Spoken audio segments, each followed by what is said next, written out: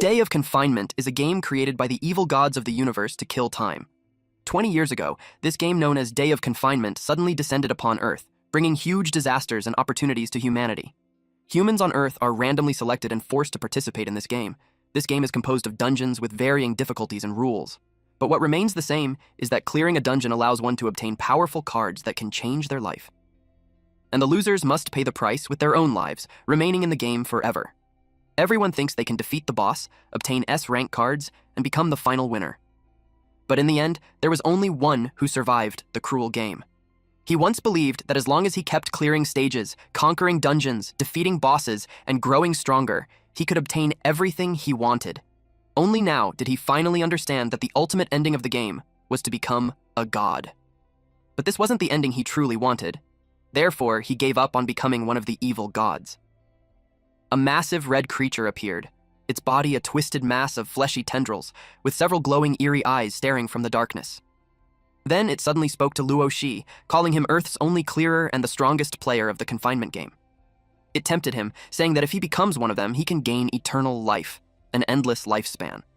It told him that by joining them, he would obtain supreme divine power and dominate everything in the universe. It reminded him that on this planet, only the strongest player, him, the sole survivor, possesses this qualification. This creature asked if he was willing to give up the qualification to become a god. Shi answered that he was sure. He made the most rational decisions in every dungeon, and became the sole game clearer. But along this path, he lost far too much. He lost his mother, his friends, and the person he loved. All of them lost their lives in this game. The red creature grew curious about what he truly wanted. He answered that he wanted a peaceful and boring daily life, a world where the people important to him were all living safely. He imagined his mother calling him to eat, his friend happily bringing him something, and his girlfriend making plans for their date. His heart ached as these memories resurfaced, because all of them were destroyed by these gods. The god then made him watch as they shattered the planet that carried all his memories. But what happens next is where everything changes. She took out a card. He wasn't affected by their boring threats. He calmly told the creature that he would be back. He knew that this S card, number 005, held a power that even this god could not control. He even remarked that those gods had actually created something impressive. But what exactly is this card capable of? Internally, he felt relieved that he had kept this card all this time. This was his one chance to make up for his regrets and let everyone live again. He used the S-rank time reversal card. It resets time itself. Everything returns to its original state, and all memories are erased, except for the user. A complete restart. A second chance to rewrite destiny. The god didn't expect that she had actually obtained this card. It found the situation amusing. Now it was even more interested in Shi. It began to look forward to the next time they would meet. The card's effect activated, and time reversal began. She warned the god to wash their necks clean and wait for his return, because the next time they meet, he will personally destroy them. This time, he won't let them take everything from him again. Time continued to rewind until he finally opened his eyes. He shot up, gasping for air, and after calming down, he realized he really came back. Seeing the hospital gown on his body, he quickly guessed that he was in Qingshan City Psychiatric Hospital. His mother walked in and gently asked if he had seen those bad things again. She told him not to be afraid. He froze the moment he saw her. In his previous life, after being dragged into the Day of Confinement game, he never saw his mother conscious again. Her mind had been trapped inside the game forever, while her real body became nothing more than a vegetable. The last time she spoke to him like this was years ago, so he hugged her tightly and told her how much he missed her. She became confused and flustered. She told him that she had always been there. Deep down, she even wondered if his condition had gotten worse again. The MC is Luo Shi, a patient in Qingshan City Psychiatric Hospital. Since childhood, he has suffered from severe dissociative identity disorder, commonly known as multiple personality schizophrenia. But what if none of it was just an illness? In fact, there really have been several people talking in his head. He knew it wasn't just random noise, but no one around him ever believed him. Because of this illness, he was stuck in a hospital bed, unable to work, unable to live normally, even unable to fall in love. But none of that matters to him now. A simple, peaceful life where everyone is alive. That's the life he had been dreaming of day and night. But he doesn't have much time left. He checked the time on his phone. It read 17:26. He clearly remembered that the descent of Day of Confinement happens on February 23rd at exactly 6 p.m. That leaves him with only 34 minutes of freedom, and every second counts. The game forcibly drags the player's consciousness into its world. Once pulled in, if you fail to clear it, you can never return. And if you die inside, your body in reality becomes a brain-dead vegetable.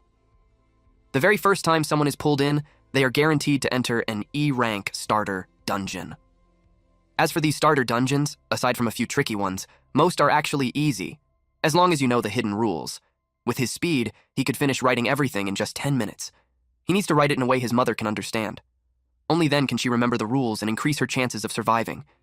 And he has to prepare 2 copies, because Ching Zai will be arriving soon. This is the only way to save them. His mother told him it was fine to write, but he shouldn't push himself too hard. The doctor said he still needed rest. After that, she went downstairs to throw out the trash and gently closed the door behind her. She had been like this since he was a child. His father once wanted to abandon him, but his mother refused and insisted on getting him treated.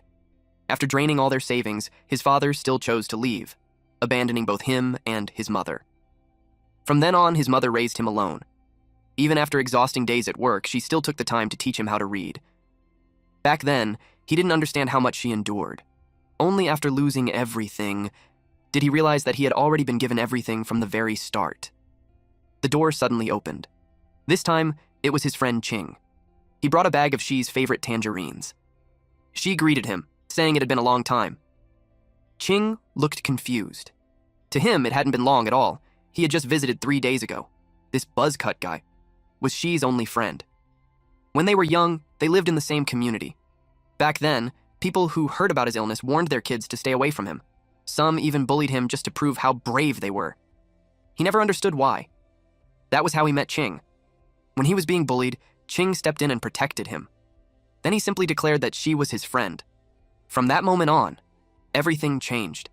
But in Xi's previous life, Ching died miserably in a dungeon, sacrificing himself just to help him clear the game. Ching's last words were simple. He told Xi to keep living and win the game. So in this life, Xi swore he would never let that tragedy happen again. Ching asked what he was writing. He thought it was a novel and wanted to take a look. Xi told him it was a dungeon-clearing strategy guide. Ching was confused. He asked if the doctor really allowed him to play games. He got worried, since they said games could worsen his condition. Xi calmly replied that this was a game that had to be played. Ching suddenly lit up. He assumed it must be some kind of AAA masterpiece, so good that it had to be played no matter what anyone said. Xi confirmed it. He told him he was almost done writing and asked him to read it carefully. Then he instructed Ching to find his mother and make her read the other copy. Ching was surprised that even his mother would be playing. Xi told him not to worry about the details and just focus on reading it properly. He reminded him to memorize as much as possible, because at critical moments, this knowledge could save his life. Ching agreed, but he couldn't shake the feeling that Xi was acting strange that day. He left the room. To protect the people he cared about, and to defeat the evil gods. Xi's first priority was clear. He had to become the strongest player again. That meant clearing every dungeon, and collecting all 15 S-rank cards hidden across the game. In Day of Confinement, players can obtain different types of cards, from E-rank all the way to S-rank, by clearing dungeons or killing monsters. There are item cards, special cards, weapon cards, and attribute cards. Each one grants powerful abilities. But there are only 15 S-rank cards in total. Each one is unique, holding abilities that even the evil gods cannot control, just like the time reversal card he used. These cards are his only chance, his only opportunity. Only by gathering them can he gain the power to challenge the gods themselves. It was already 1758-59. Only 1 minute remained before the descent of Day of Confinement. This peaceful, ordinary life was about to end again. Suddenly, a message appeared. He had been selected as part of the first batch of players. The dungeon began loading, and his soul was forcefully extracted. Then, memories of the scenario flooded into his mind. This time, Xi made a vow. He would protect everything he holds dear, clear every dungeon, and rise to the top once again. And when that time comes, he will personally slaughter those evil gods who treated their world like a game. He opened his eyes to the world of Day of Confinement. The system welcomed him and wished him a pleasant game. The system identified player Luo Xi. The E-rank initial game dungeon Slaughter Company scenario had been created. The player's soul loading was complete. The system attempted to delete his real memories and prepared to implant the scenario memories, but the system encountered an error. The deletion of Xi's real memories failed. The dungeon boss was generated, and Xi was granted permission to freely explore the dungeon. The system wished him a pleasant game. Just as he expected, everything was exactly the same as his past life. The Day of Confinement dungeon felt almost identical to the real world. In rookie dungeons, players have their real memories erased, making them believe this world is reality. But for some reason, Xi's memories remained intact. Since everything matched his previous life, he already knew what was about to happen. Right now, he was inside the Day of Confinement game world, an E-rank initial dungeon called Slaughter Company. It looked like a normal office. People were sitting at desks, working like it was just another day. But that illusion won't last long. Slaughter Company is considered a low-level E-rank dungeon. But to clear it, he needs to kill 3 boss-level monsters.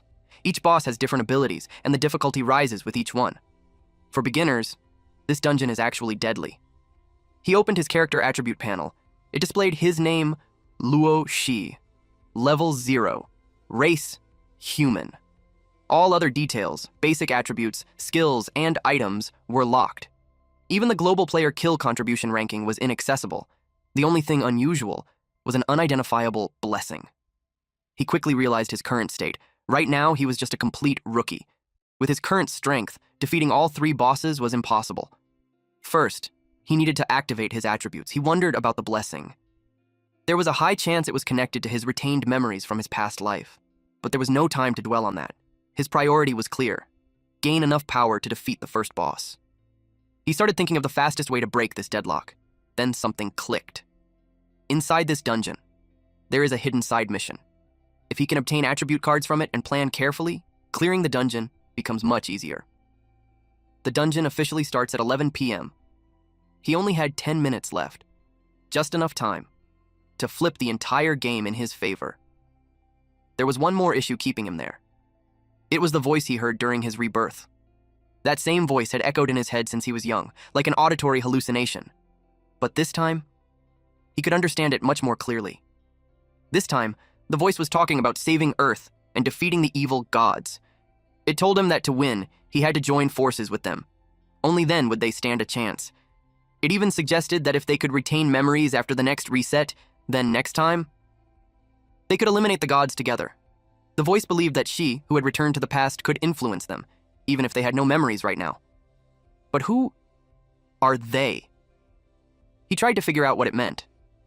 Was it saying that by collecting the 15 S-rank cards, he could also gain their power? He headed to the restroom, but for now, he pushed those thoughts aside. He had arrived at his target location. His first goal was clear: trigger the hidden side mission and secure the reward treasure chest.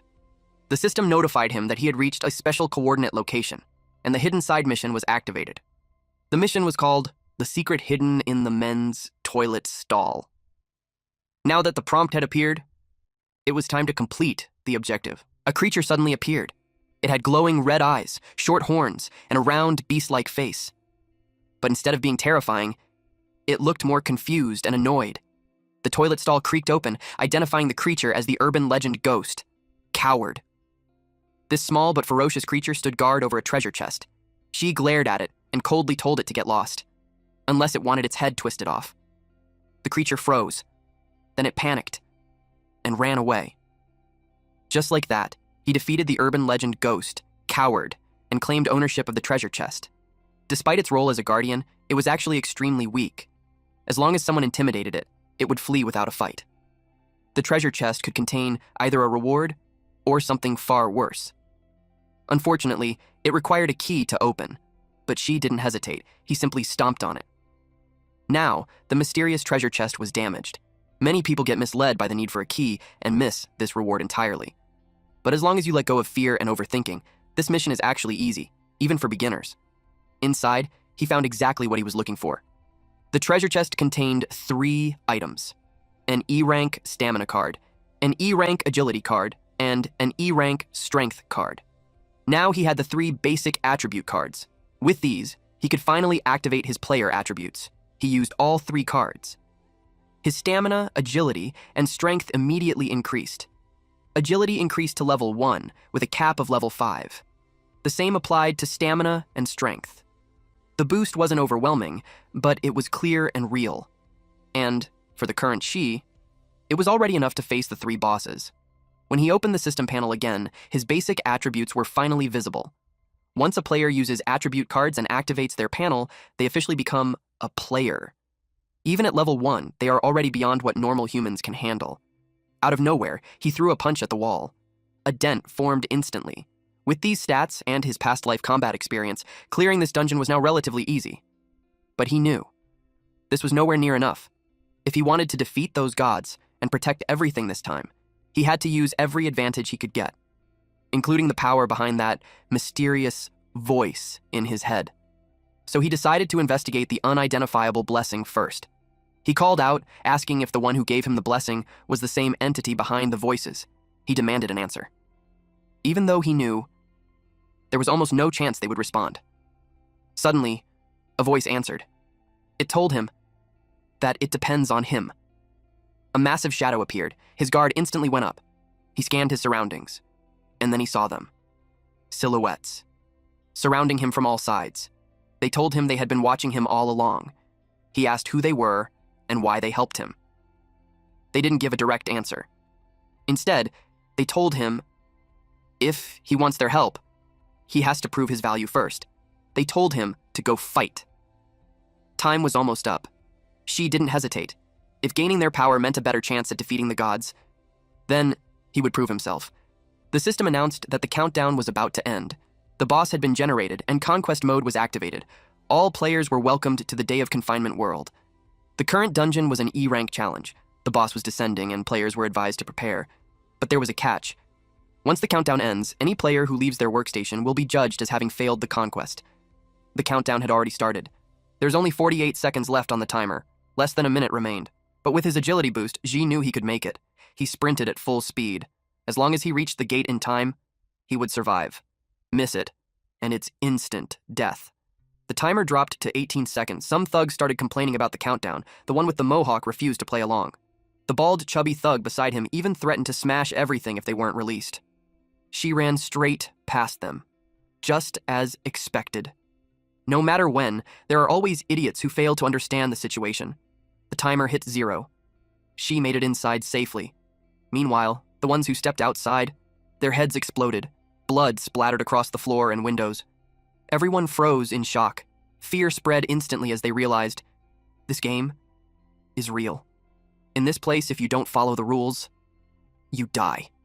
The gate slammed shut behind them, and the atmosphere instantly changed. Something worse was coming. A warning message appeared. The boss of this level was about to spawn. Players were advised to find weapons nearby and prepare to face the E-rank boss. Cleaner Squad. People couldn't accept it. They shouted, demanded answers, begged to be let out. Then, several silhouettes appeared, laughing. The first boss had arrived. To clear this dungeon, all bosses must be defeated. The cleaners began their work. At the front was the cleaning captain, level 2, an E-rank boss. It had level 1 stamina, level 2 agility, and level 4 strength. Its skill boost was level 2. It wielded a steel broom and a sharp dustpan, both E-rank weapons. Its skill, Cleaning Specialization, increases its strength by 1 level when using cleaning tools. Behind it were the general cleaners, level 1 E-rank monsters. Each had level 1 stamina, agility, and strength. They carried steel brooms as weapons, but had no special skills. And this is just the first boss. One person asked what kind of monsters these were, and what E-rank even meant.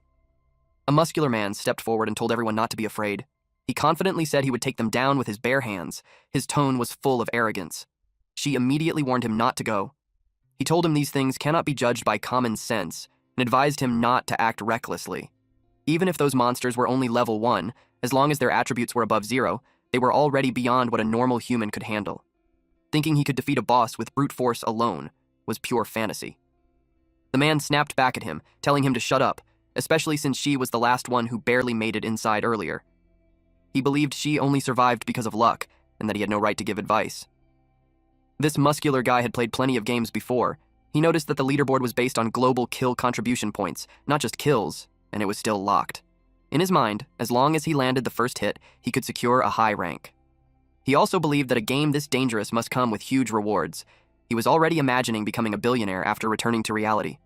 Wealth, luxury, women, mansions, everything waiting for him. So he charged in. To him, this monster was just a stepping stone.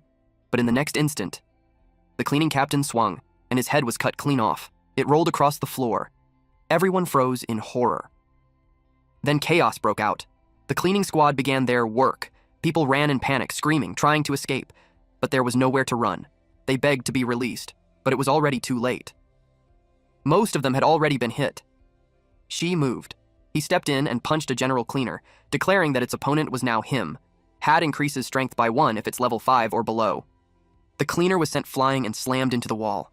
She shouted to the others that if they wanted to survive, there was only one way: kill the boss. If he wanted to grow stronger and obtain S-rank cards to defeat the gods, then killing these low-level bosses was a necessary step. The others were stunned. Someone was actually fighting back. And not just that, he was winning.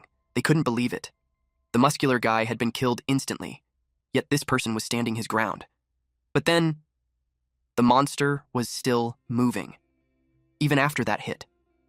She didn't hesitate. He slammed it into the ground with another punch, and this time, its body began to fade.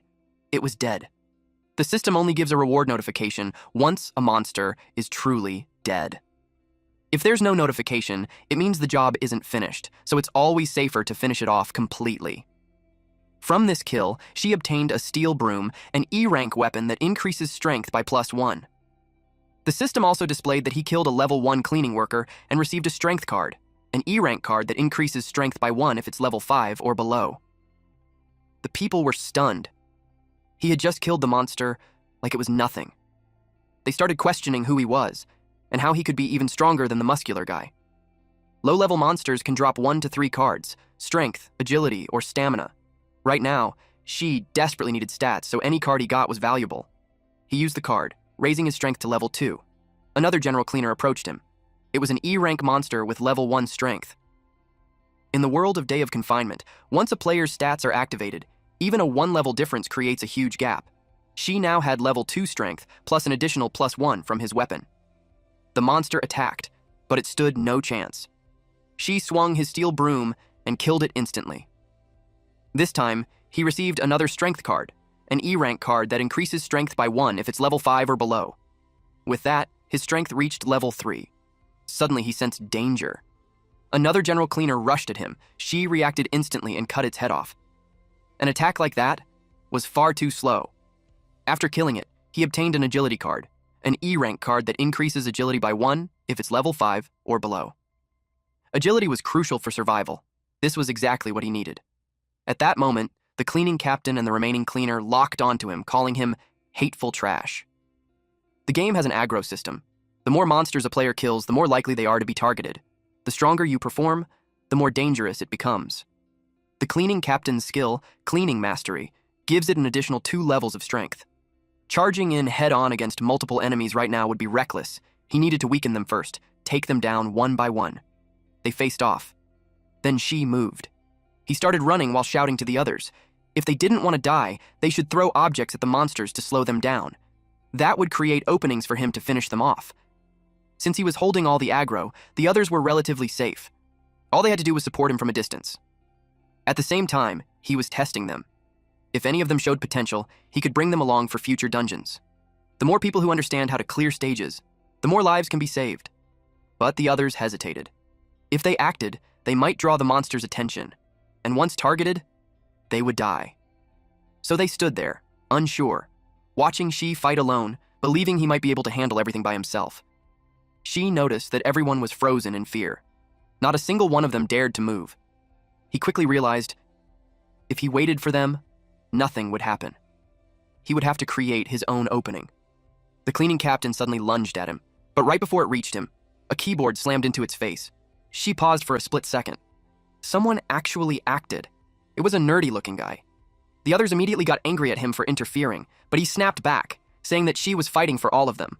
If they helped him, they could all survive. For once, someone understood the situation.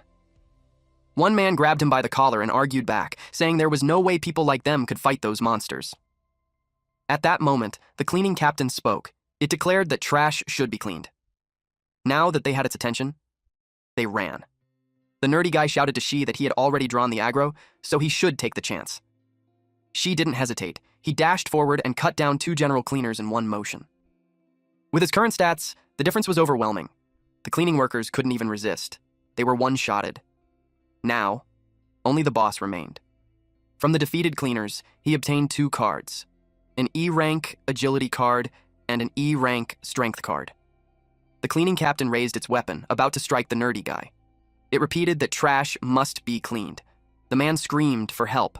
Then, Ji appeared behind it.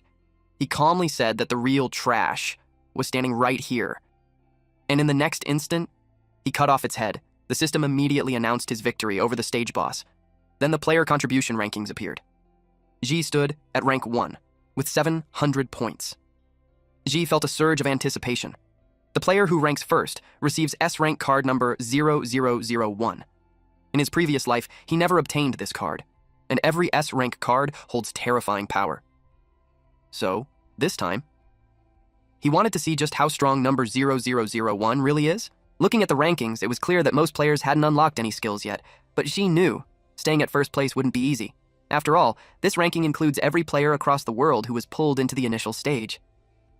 The day of confinement began everywhere at the exact same time. In his previous life, even though he survived until the very end, there were already many powerful players right from the start. Each of them had unique abilities that others couldn't replicate. Even now, after being reborn, he couldn't afford to underestimate them. Every time a player clears a stage, rewards are distributed based on ranking. From the next stages onward, he would need to clear them efficiently, maximizing his points and firmly securing first place. If he wanted to defeat the evil gods, he needed power far beyond what he had in his previous life. And for that, he had to obtain S-rank card number 001. He had just defeated the first phase boss of Slaughter Company, the cleaning captain. As a reward, he obtained 1 E-rank stamina card, 2 E-rank agility cards, and special cards like E-rank cleaning and E-rank iron embryo. He was especially glad to see the iron embryo. That alone made this run incredibly lucky. This card allows the user to create an E-rank weapon that matches their aura. Iron Embryo is an E-rank special card. When activated, it forges a personalized iron weapon based on the user's aura, with a chance of becoming something even more special. Among all weapons, swords are considered the highest tier, known as the Emperor of 100 weapons, or even the King of 100 weapons. If luck is on his side, this could change everything. He glanced at the nerdy guy behind him. At first glance, he didn't look brave at all, but at the critical moment, he still chose to act. Being able to read the situation and step up anyway, that's what makes a true player. If trained properly, this guy could help save even more people. She thanked him for drawing the boss's attention earlier. The nerdy guy replied that only she could actually kill those monsters. If she had gone down, everyone would have died. So in the end, he was just helping himself. She smiled slightly and praised his judgment. Then he handed him 3 cards, stamina, agility, and cleaning. The first 2 would awaken his player attributes, while the cleaning card could remove negative effects during mental stress. The guy hesitated. He felt that she needed those cards more, but she insisted. Without that distraction earlier, things could have gone badly. Those rewards were earned. He then showed him how to use them. The second round was about to begin, so she needed to increase his stats quickly. He used another card on himself.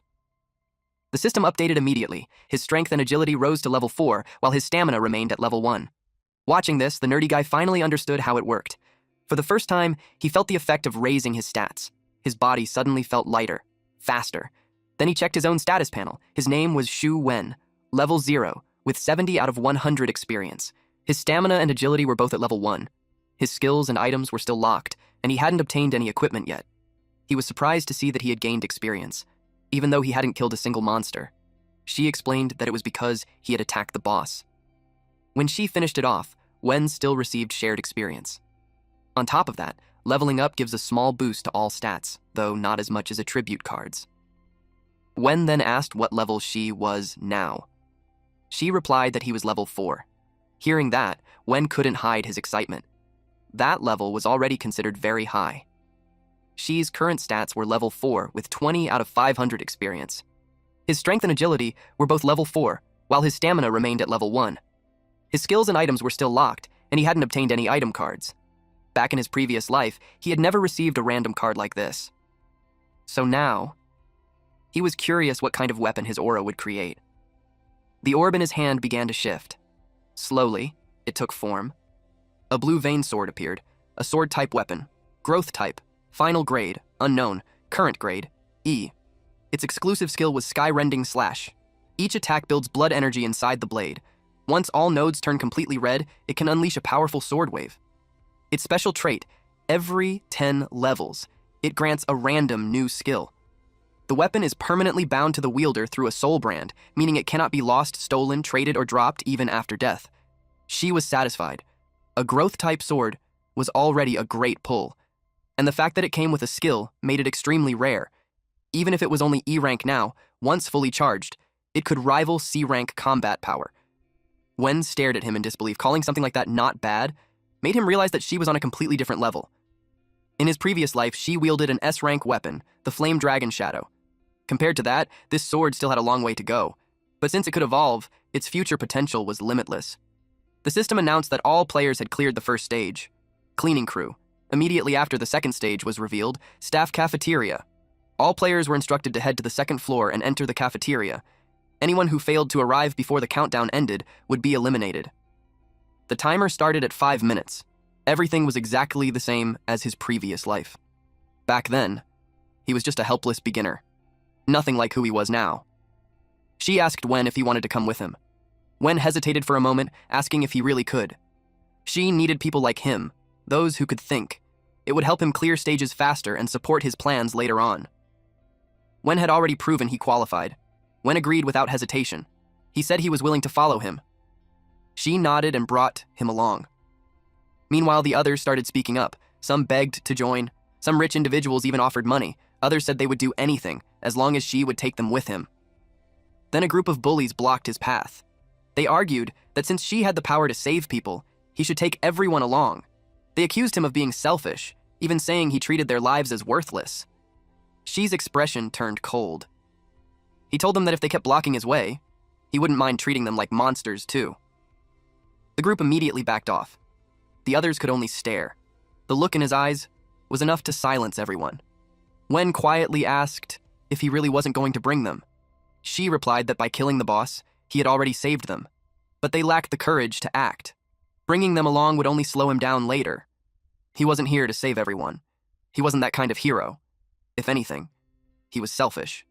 All he wanted was to save the people he cared about. Wen understood. He promised that he would do his best and never become a burden. Xi gave him a quick briefing. The next boss would be the chef. There would likely be mental corruption involved. If he couldn't endure it, he should immediately use the cleaning card. Wen imagined it as some kind of debuff skill. They arrived at the staff cafeteria and were instructed to take a seat to begin the second phase. Wen noticed the smell. It was surprisingly good. For a moment, he thought maybe there wasn't any danger yet. Then, a black shadow surrounded by red mist appeared. It calmly announced, 1 minute remaining. Wen felt a chill run down his spine. She explained that those figures were executioners, the ones who deal with latecomers. Wen quickly connected it to what happened earlier when players who failed to enter the office on time had their heads blown off. She chose a seat. They were the first to arrive. Wen found it strange. The distance between the office and the cafeteria wasn't far at all, so there was no reason for people to be late. She calmly explained that those who make the right decision quickly will always make it in time. But most people hesitate. They waste precious seconds worrying about things that don't matter. Only at the very last moment do they finally choose the correct option they were afraid to face. 52 seconds remained. Just as she predicted, people started rushing in. Regret was written all over their faces. They had wasted time upstairs, debating whether to move or not. One of them shouted to stop thinking and just go inside, or they die. But for some, it was already too late. And they knew it. 10 seconds left. Those who made it in felt a wave of relief. They scrambled to find seats. The countdown ended. The last man barely made it inside. He was breathing heavily, completely exhausted. He thought he was safe as long as he wasn't outside, but in the next instant, the executioner moved and cut him down. Time was up. He didn't make it. Everyone froze. They thought that thing was the boss of this stage. The realization hit them hard. If they hadn't hesitated earlier, that wouldn't have happened. Then, the real boss appeared. The chef. A black humanoid figure surrounded by red mist, pushing a cart with a massive pot. It began serving the food. Each person received a portion. The meal was horrifying, a sickly green substance, with shapes that looked like eyeballs and fingers. Wen felt his stomach turn. He realized those were the monsters from earlier. A system effect activated. Anyone who looked directly at the meal received a mental corruption debuff. Strength and agility dropped by 20% and spirit dropped by 30%. Wen was shocked. The debuff was real, 3 stats dropping at once. The situation had just become far more dangerous, but it didn't stop there. The system announced that all players must consume their meal. Wasting food would result in punishment from the chef. Leaving it untouched would continuously reduce spirit by 10% per minute. If spirit reached 0, the player would mentally collapse and be eliminated. They had 7 minutes. Wen was stuck. If they waste it, they die. If they don't eat, they still die. There was no real choice. But how were they supposed to swallow something like that? Compared to this, the first stage felt easy. He started to feel despair creeping in. She remained calm. He told Wen that even though the second stage was more dangerous, there was still a way to clear it, and he already knew how. Wen felt relieved hearing that she already had a plan to clear the stage. He told him that if there was anything he could do, he was ready. She simply told him to stay put and wait. He also reminded him that if his spirit dropped too low, he should use the cleaning card to remove the debuff and stay conscious. And when the time comes, he would call him. The system notified that mental pollution was still active, and his spirit was continuously decreasing. His current spirit was at 70%, and he had 6 minutes and 59 seconds before total collapse. Wen complained that just looking at the food was already draining his strength. A woman at the nearby table struggled not to throw up. She panicked, realizing they only had 7 minutes. If they didn't eat, they would lose their minds. The man across from her questioned if they really had to eat something like that. She understood the situation clearly. With their attributes reduced by mental pollution, fighting the 4 chef monsters head-on was basically impossible. The normal way to clear this stage was simple. Eat the meal, lower the chef's guard, then have everyone team up and kill them together. It was the safest method, but it only gave the lowest rewards. Then something unexpected happened. She received an unknown blessing, becoming immune to mental pollution. His spirit instantly returned to 100%. The voice spoke again, saying this was only a small favor. If he wanted their true help, he needed to prove his value. She was stunned. Mental interference no longer had any effect on him. That changed everything.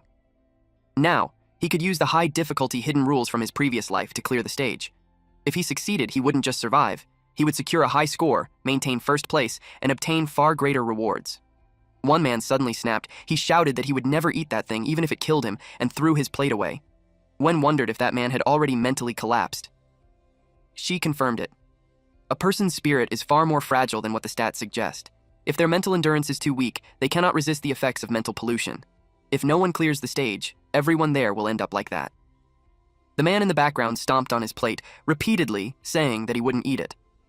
Suddenly, he was struck on the head. A chef hit him with a spiked bat and told him that if he refused to eat, then he should just die. The man still insisted that he wouldn't eat. The chef grabbed his head and dragged him toward the kitchen. The others were horrified by what they saw. They realized that if they didn't eat, that would be their fate. A woman argued that no one could stomach something like that. There were only 6 minutes left. One man wondered if all of them would end up the same way. The system announced that no player had eaten the meal, resulting in a minus 10% penalty.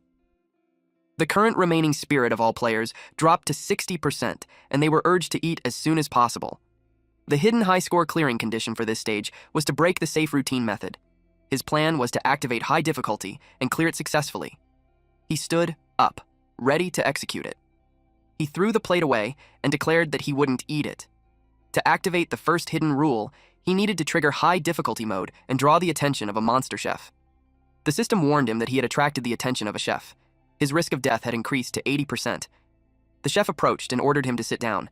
If he refused to eat, it would force his head into the bucket. She moved to step 2 of his plan, to activate the hatred system and kill one monster chef. He moved instantly and swung his blade. The head dropped. The system notified that he had killed the serving chef level 3 and obtained 2 E-rank attribute cards, strength and stamina. With that, the second stage of Slaughter Company had officially entered combat. After using the cards, his strength rose to level 5 and his stamina increased to level 2. The system issued 2 warnings. First, killing a chef caused the remaining 3 chefs' hatred toward him to reach 100%. Second, he had triggered the hidden rule Strike First. All chefs would now ignore other players and focus entirely on killing him. In exchange, the points and rewards from monsters he kills increased by 10%. This was the high-difficulty hidden clearing rule of the second stage: strike first. The fish-killing chef level 3, fruit platter chef level 3, and vegetable cutting chef level 3 all entered an enraged state. Their killing intent surged. She knew what this meant. By abandoning the normal strategy and striking first, he had drawn all aggro onto himself, making him the sole target of every monster in the room. This massively increased his chances of dying. To survive, and still have strength left for the real boss, he needed to avoid being surrounded or taking unnecessary damage. He had to follow his plan. And prepare. Now that all monsters were locked onto him, there was no need for bait anymore. He ran. But unexpectedly, one of them caught up. The chef sneered, saying he couldn't escape, and that he'd be cut into pieces. She blocked the butcher's knife with his sword. The chef was surprised. He actually stopped the attack. She smirked and challenged it, asking if it could keep up with his next move. Then he unleashed rapid cuts at E-rank speed. Everything was going exactly as planned. The monster had taken the bait. To defeat the boss, his current strength still wasn't enough, so he used the smaller enemies to charge up his blue vein sword. Their blades clashed. The monster was shocked that she could keep up with its speed. Among all the chefs, it was the fastest, but it still believed she would lose. After all, he was locked in combat, and the other chefs were already closing in from behind. They surrounded him. She shifted momentum. With a powerful swing, he knocked the chef's blade away. The monster was stunned. That strength was higher than expected. It couldn't understand it. Based on its judgment, she should have been equal to it. But what it didn't know, she had already activated the blue vein sword's exclusive skill, Sky-Splitting Slash. And he quietly thanked the monster for helping him charge it up. The monster realized it was already doomed. She had always had the strength, he just used it to charge his skill. By the time it figured it out, the other chefs were already closing in on She. The monster shouted at them to run. It warned them that this was a trap. But it was too late. She struck first, and in the next sequence of attacks, he eliminated all: the fish-killing chef, the fruit-platter chef, and the vegetable-cutting chef. He calmly noted that flaws visible to the naked eye are often traps prepared in advance. From the kills, he obtained +3 stamina cards and +3 agility cards, all E rank. When finally relaxed, he realized that everything she had done so far was part of a plan from the very beginning. The system issued a warning: a player had successfully triggered the strike first hidden rule. As a result, the stage boss, the head chef, entered a fully enraged state. Its rage value increased by 100%, and all attributes were boosted by 1 level. Wen was stunned. He didn't even know something like a hidden rule existed. The door creaked open. She already knew what was coming. The ground began to tremble. Everyone felt it. Fear spread instantly. If she couldn't defeat this monster, they would all die. This was the final phase of the hidden rule, forcing the boss to appear early while increasing the difficulty. But in return, it also raised the rewards and points. Because all conditions of strike first were fulfilled, the boss's difficulty increased significantly. At the same time, the rewards and points for defeating it were boosted by 30%. She didn't hesitate. He needed the rewards. Only by securing higher rankings and greater power could he achieve his goal. The head chef grabbed the door and cracked it open. It demanded to know who had killed its subordinates. The head chef was an E-rank boss at level 5. In its enraged state, all attributes were increased by 1 level. Its base stats were stamina level 6, strength level 8, and agility level 3. Its skill, bone-splitting tendon severing, further enhanced its strength. Wen stared at it in fear. He wondered, could she really win? She didn't answer. He used every attribute card he had to defeat a boss strengthened by hidden rules. Holding back was not an option. She's attributes were now all at level 5. E-rank attribute cards can only raise stats up to level 5. That meant the 2 E-rank agility cards he still had were now useless to him. So he tossed them to Wen and told him to use them immediately. Wen activated the cards. His agility rose to level 3, while his stamina remained at level 1. The others who saw this instantly regretted their earlier hesitation. If they had acted sooner, they could have gained attribute cards too. Some began wondering what exactly those cards could do, and whether they increased their chances of survival. The head chef roared again, demanding to know who killed its subordinates. The sheer force of its voice made people tremble. Just hearing it made resistance feel impossible. They couldn't even imagine how someone could fight something like that. But Wen noticed something. Even under that pressure, he wasn't affected. The attribute cards had strengthened him enough to resist the fear. The head chef lost patience. It threatened to chop off everyone's heads if no one answered. Panic spread. People started running. Then, someone stepped forward. It was she. He blocked the head chef's blade. The boss was momentarily stunned. She calmly admitted it. He was the one who killed them. The head chef's expression twisted with rage. It declared that this ingredient would suffer the most painful death. It would keep his head intact, so he could watch everyone else die first. She didn't flinch. He replied that before any of that happens, he would cut off its head. The head chef laughed and told him to prove it. Their clash began. The fight exploded instantly. Blades collided, force meeting force. The entire area shook from the impact. When the dust settled, Wen frantically searched for Shi. Deep down, he thought the outcome was obvious. Against level 8 strength, no one could survive a direct clash. Then, Shi spoke. He was fine. He even joked that it had been a while since someone called him boss. Back in his previous life, during the day of confinement, he had also formed a team. Those people trusted him and willingly called him their leader. But in the end, every single one of them died. Only he survived. And for the longest time, he couldn't understand why. The head chef charged again, calling him a short ingredient, ready to cut him down. Back then, Shi didn't understand, but now, he finally did. The blade came down. Shi parried it. The head chef froze for a moment. Shi's speed had suddenly increased. Then it realized he had been holding back all along. Shi was thinking that the reason he survived until the very end was because he never hesitated. Because compared to everyone else, he wanted to win more than anyone. So he struck and cut down the head chef. People who truly want to win will do whatever it takes. But after reaching the end once, Shi realized something. Winning alone wasn't enough. After winning, what he truly wanted was to protect everyone, to protect the life he cherished, to return to a normal world. The system confirmed it.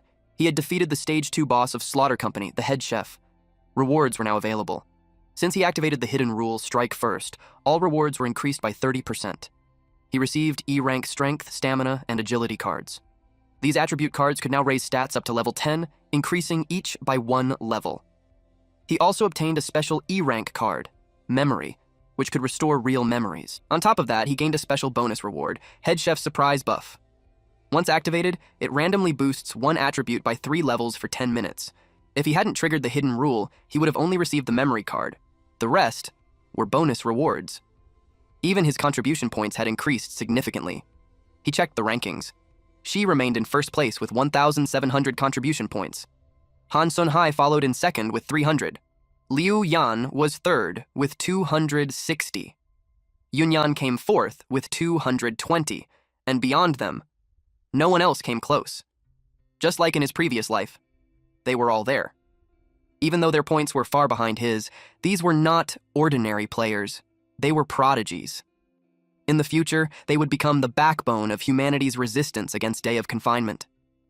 But she knew the truth. The evil gods would never allow players to grow unchecked. They would create increasingly brutal stages. In his previous life, it was one of those vicious dungeons that wiped out most of humanity's strongest players.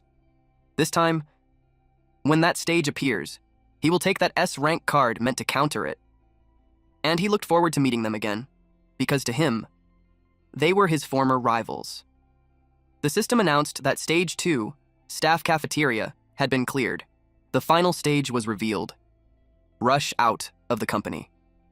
All players were instructed to head to the ground floor lobby immediately. Anyone who failed to arrive before the countdown ended would be eliminated. The hardest stage was about to begin. She turned to Wen and told him they were leaving. Wen felt nervous, but after a moment, he spoke.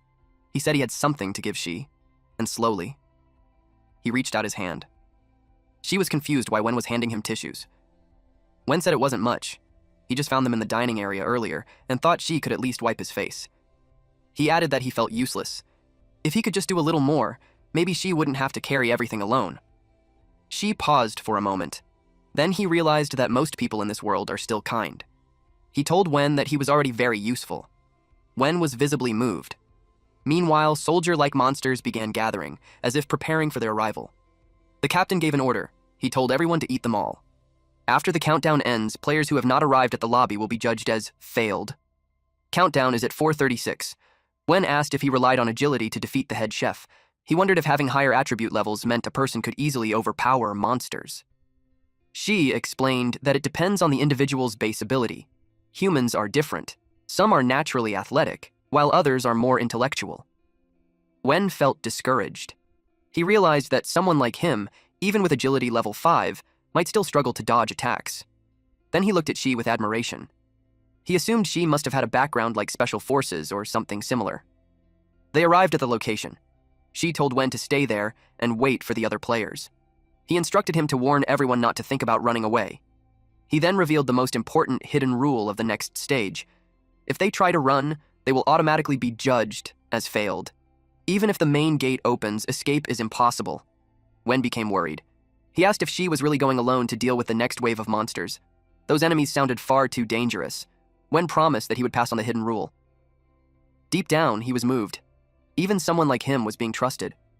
To him, Shi felt both strong and kind.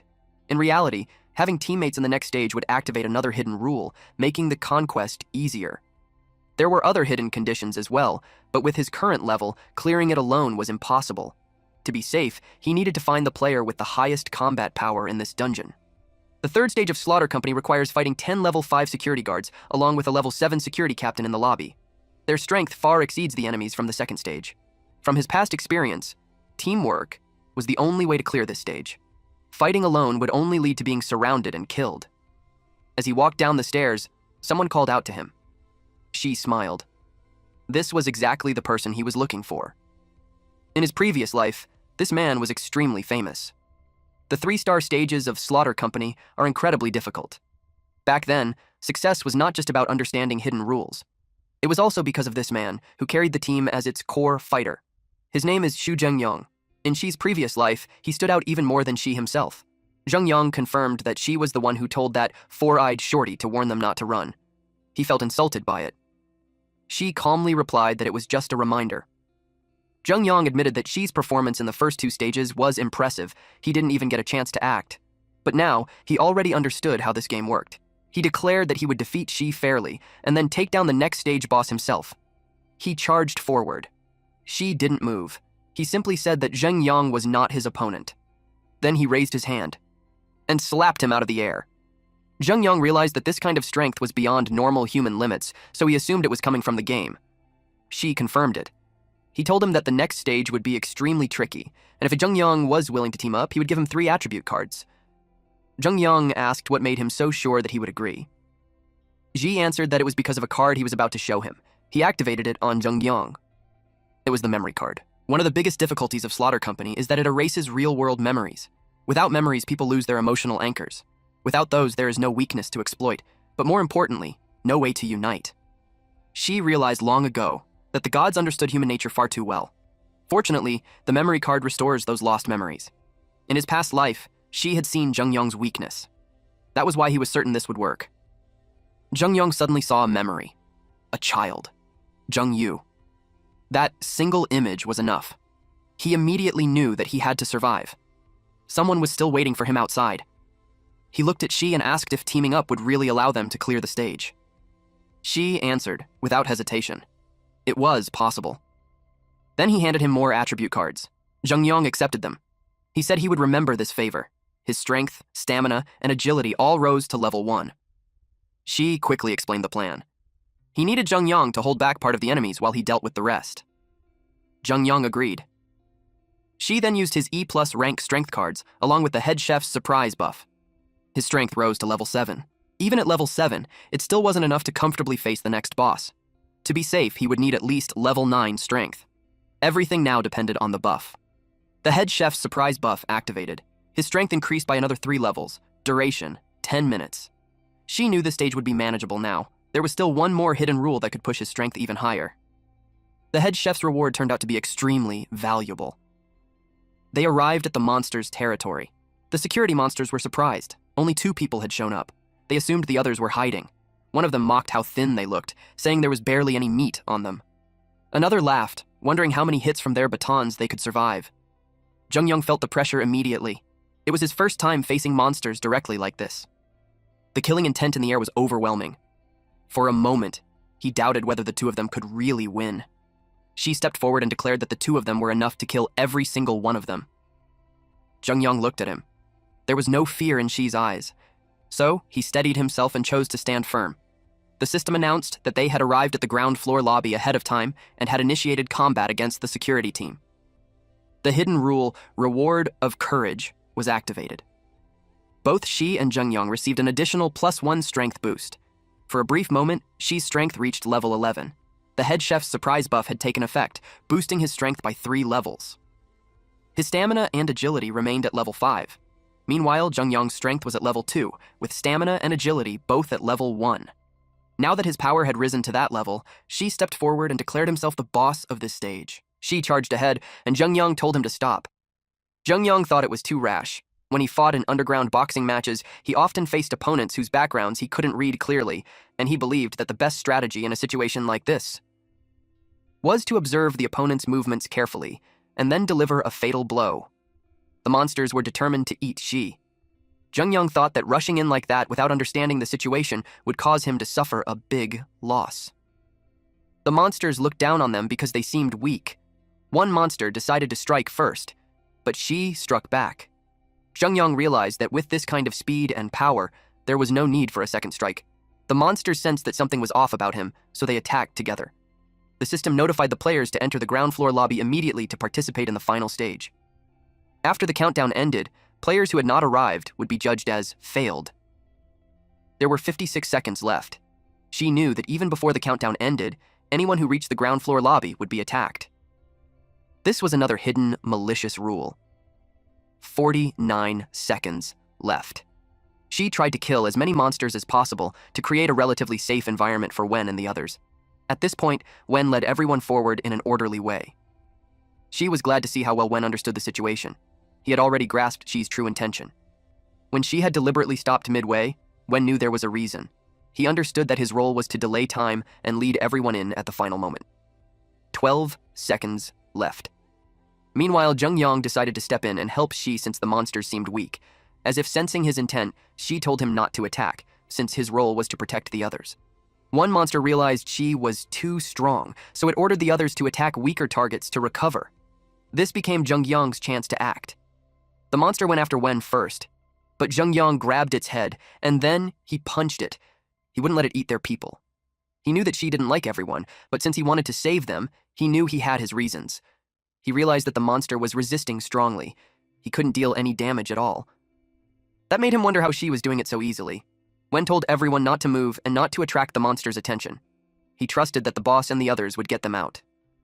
The crowd agreed with him. At this moment, they could only trust them. They cheered for Shi. The blue vein sword skill had finished charging. The leader of the monsters told the others to activate their skills and kill Shi in one move. Shi was thinking the same thing. He cut them all down in one strike. Wen and the others were amazed. They felt lucky to have someone like him with them. Jungyang wondered how Shi could be so powerful when even one monster had left him exhausted. Shi pointed his sword at one of the monsters and said, "It was next." It was the security captain, the final boss. It was level 7 with level 10 strength, level 7 agility, and level 8 stamina. Its health was at 100%. The security captain said that killing someone like Shi would bring him pleasure. The crowd was terrified. With such stats, Wen wondered if Shi could win.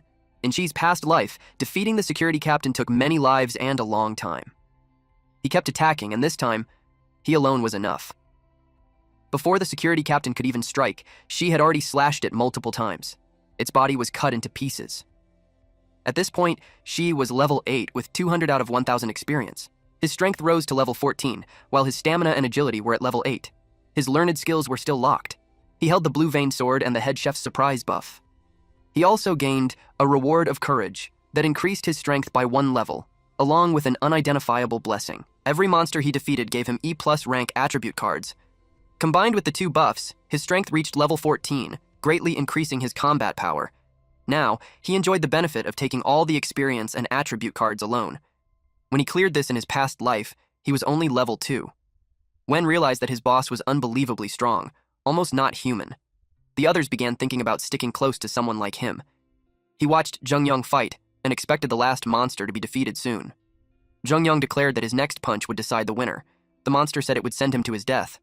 But suddenly, Shi cut the monster down. He said there was no need to try so hard. Jungyang was stunned.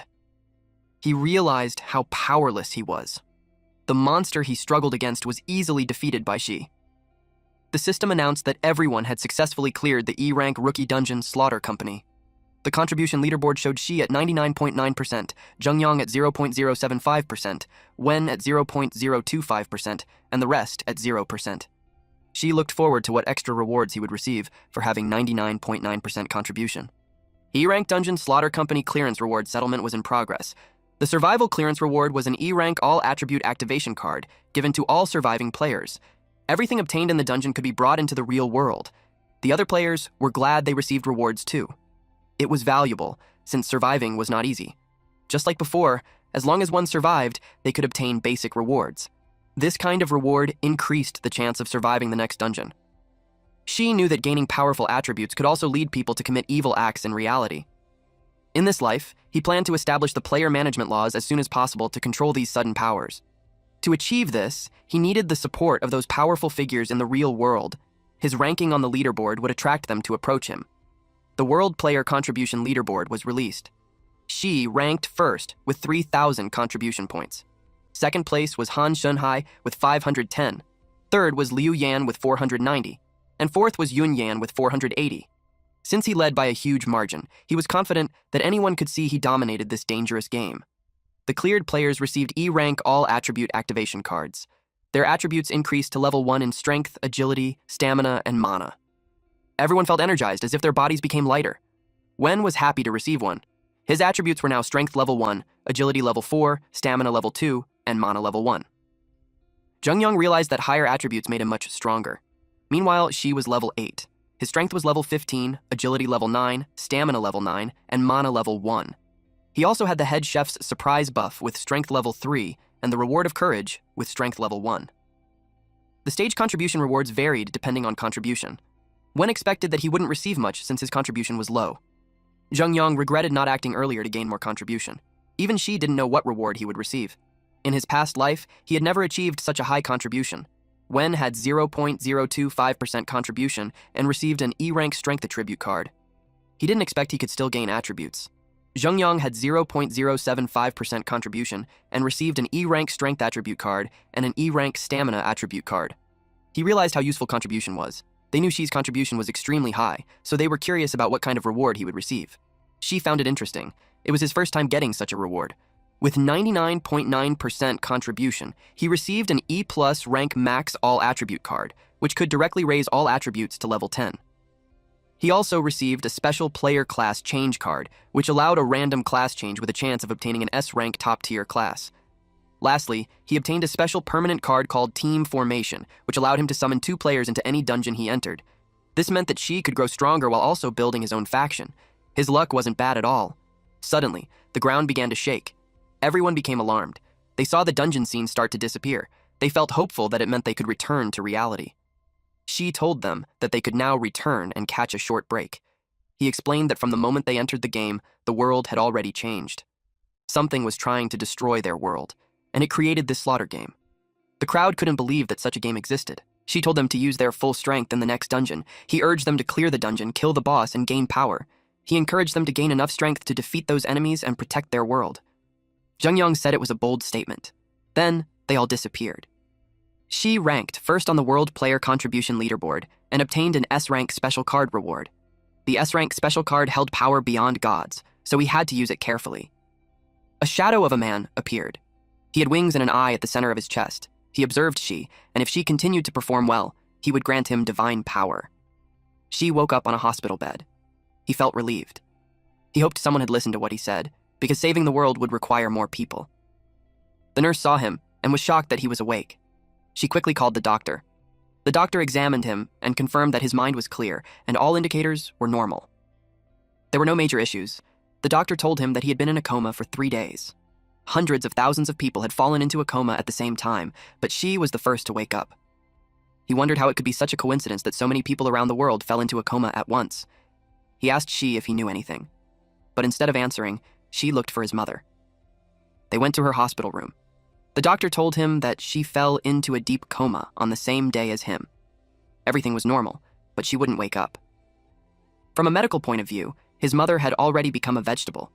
Just like in his past life, she was also chosen as part of the first batch of players.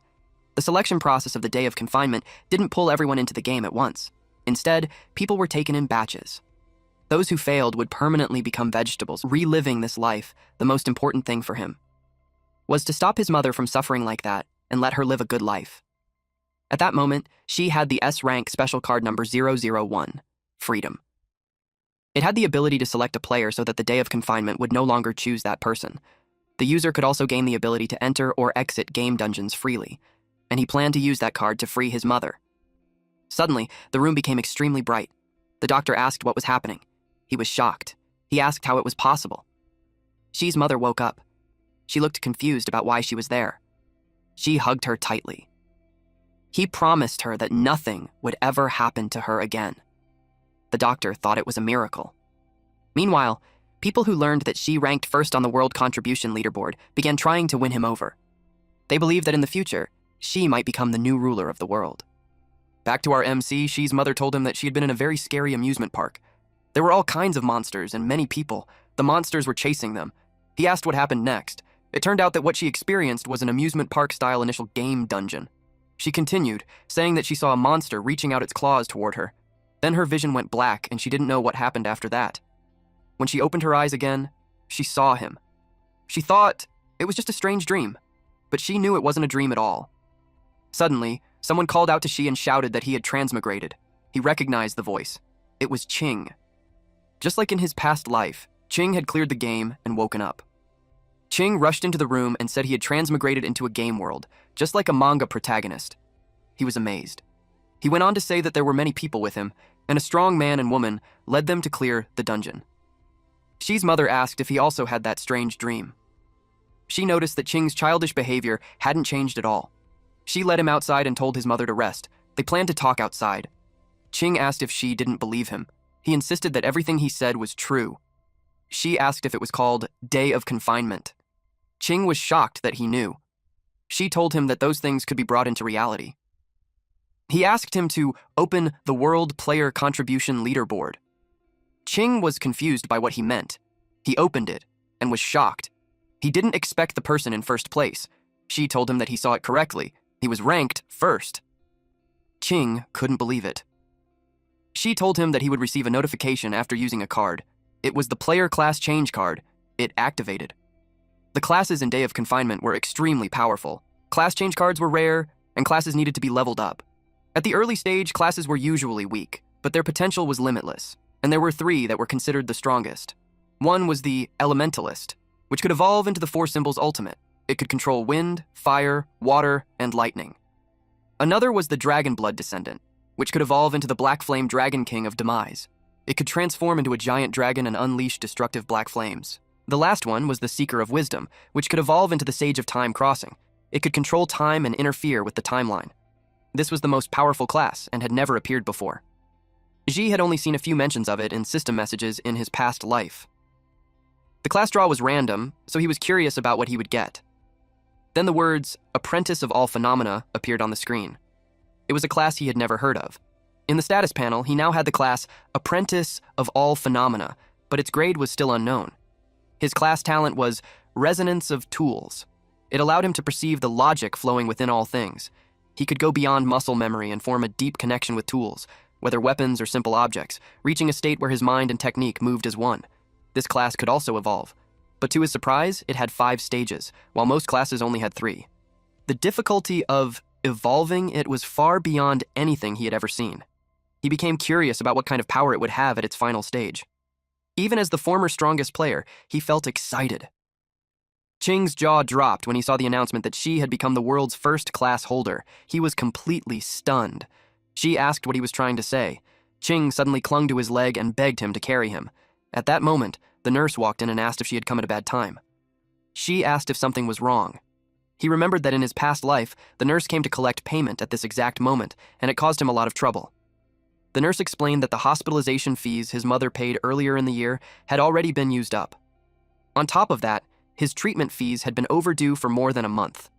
Qing quickly offered his card, saying he still had a few thousand left. But Xi told him there was no need. He would find another way. In his past life, he earned money by making deals with powerful figures and working as their bodyguard. After all, a player's physical strength was far beyond that of normal people.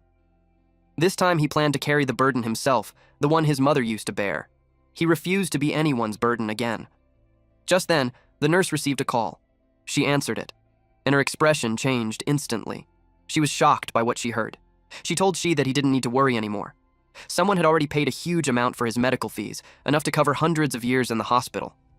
It even covered the patient with the buzz cut. Ching pointed at himself and asked if she meant him. He quickly denied having any mental illness and said he was just there to visit a friend. Before they could say more, they heard someone asking for Ward 226. A blonde man walked in. Behind him were a green-haired woman and a man in a striped suit. He asked if Luo Shi was there. Ching asked who they were. The blonde man asked if he was Shi's friend. The woman added that they had important matters to discuss with him. The man in the striped suit politely asked for help in contacting Shi. Shi smiled. He didn't expect them to arrive this quickly. These were the big shots who had also been pulled into the day of confinement. Ching asked why they were looking for Shi. From the way they dressed, he could tell they were big shots. He guessed that they came because Shi was now ranked #1 in the world. But then he started thinking about money. He wondered how much 100 years of hospital fees would cost, and why they would even pay for him too when he wasn't even admitted. The nurse quietly told Shi that these people were the ones who paid the fees. Shi thanked her and said he already knew. She was shocked that he knew. Shi, then, told them that he was the person they were looking for. The blonde man noticed how calm he was, even under their pressure. It was just as expected from the world's #1 player, but he didn't expect him to be this young. Shi already knew who they were. These were people who could shake both politics and business. The blonde man was Zhao Ming, the person in charge of a national group and a rising political figure. The man in the striped suit was Ding Yiyun, the CEO of a global tech group and someone closely tied to the military. The green-haired woman was Zheng Xilin, the leader of a massive international company controlling energy and resources across many countries. Ming said he had heard a lot about Shi. Yiyun said it was nice to meet him. Xilin assumed Shi didn't know them, so she offered to introduce them. But Shi said he already knew who they were, so they could skip that and get to the point. They were surprised. It only proved that Shi was no ordinary person, just as expected from the one ranked first in the world. Xilin found him even more interesting now. She suggested they move to a proper place they had prepared to talk, but Shi refused. He said there was no need to go that far. They could just talk in the doctor's office. They exchanged looks. Then they agreed and followed him. Xilin realized that Shi was not someone who would give up control easily. Meanwhile, Ching and the nurse stood there, completely stunned. Ching couldn't believe it. Just 10 minutes ago, Shi was just a patient who couldn't even pay his hospital bills. And now, these big shots were following him. Shi turned back and told Ching to bring the clearing strategy guide he gave him and come along. Ching was shocked that he was included. He wondered if he even qualified to join them. He asked if he really needed to bring the guide. Shi started to suspect something. Ching got nervous and admitted that he thought Shi was joking, so he threw it in the trash downstairs. Then he quickly ran off to get it back. Shi felt annoyed. Now he understood why Ching and his mother didn't get any benefits in the novice dungeon. He vowed to make that brat eat 2 of his punches. Xilin asked about the clearing strategy guide he mentioned. She confirmed that it was the clearing strategy guide for all novice game dungeons in Day of Confinement. They asked how that was even possible when the game had just descended. They begged him not to joke about something like that. He answered that whether it was true or not, they would know once Ching picked it up. Outside the room, 4 guards stood watch. The doctor who owned the room had received a call from the director telling him to vacate the office. That made them wonder what kind of big shots were inside. Ming read through the notebook and realized it was actually real. It recorded the dungeon he experienced, including monster types, weaknesses, and even hidden rules, all clearly written. Xilin saw her own dungeon written in the notebook as well. It was the same for Yiyun. Ching leaned close and whispered in Shi's ear, asking if everything in there was really true. Shi replied that if he had just listened earlier, he would already have a spot on the world leaderboard. Ching almost cried for missing such a huge chance. The 3 of them admitted that they originally wanted him to join their team, but now they realized his ability was far beyond anything they imagined. They simply weren't qualified to recruit him. Shi asked what they were trying to say.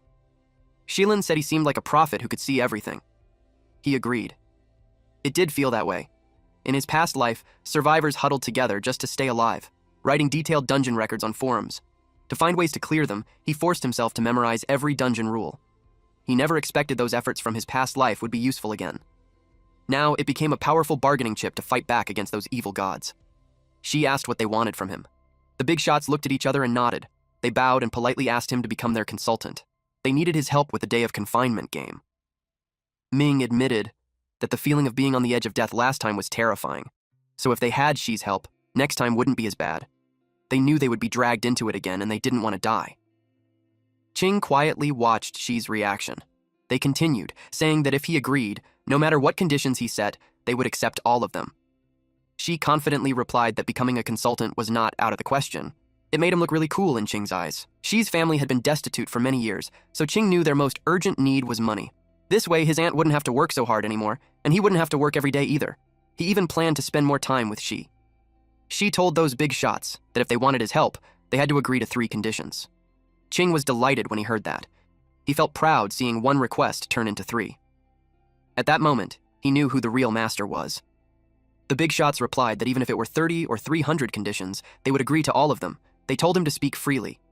Qing suddenly turned pale when he realized Xi might be asking for too little. Xi said that the first condition was for them to distribute the Novice Dungeon Strategy Guide in their hands. Whether through print or the internet, any method was fine. They couldn't believe he was willing to share such a life-saving treasure. Yiyun pointed out that the commercial value of the booklet would far exceed his imagination. Shilin agreed and added that the game was extremely dangerous, and no one would gamble with their life. Xi reminded them that he had just shown it to them for free. They realized how generous he was. Xi clarified that what he wanted was different. He didn't just want to save them, he wanted to save more people. And if they couldn't agree to the first condition, then there was nothing more to discuss. The 3 fell silent and sank into their thoughts. Ming knew he wasn't pretending. Yiyun noticed that Xi showed no sign of hesitation. Deep inside, Shilin admired him. He looked calm and had a kind heart. Xi believed he was a rare good man in this world.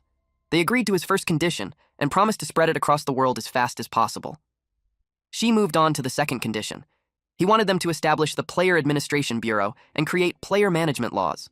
The goal was to control players who gained supernatural powers so they wouldn't destroy the world's normal order. They assured him that they shared the same goal. They wouldn't allow powerful players to bully ordinary people. Xi then moved to the final condition. The 3 became nervous when they saw him hesitate. They wondered if it would be something extremely difficult. They even thought he might ask for something far beyond what they could handle. Inside, Qing silently hoped that Xi would just ask for more money. Xi said he wanted a house. It didn't have to be big, but he didn't want to keep living in a psychiatric hospital with his mother. He hoped she could live a normal life. They were stunned that his final condition was that simple. Even Qing felt disappointed. Xi thought it might be difficult for them to accept. After all, asking for himself made him feel uncomfortable, and he didn't want to seem like a beggar. But they quickly told him not to say that.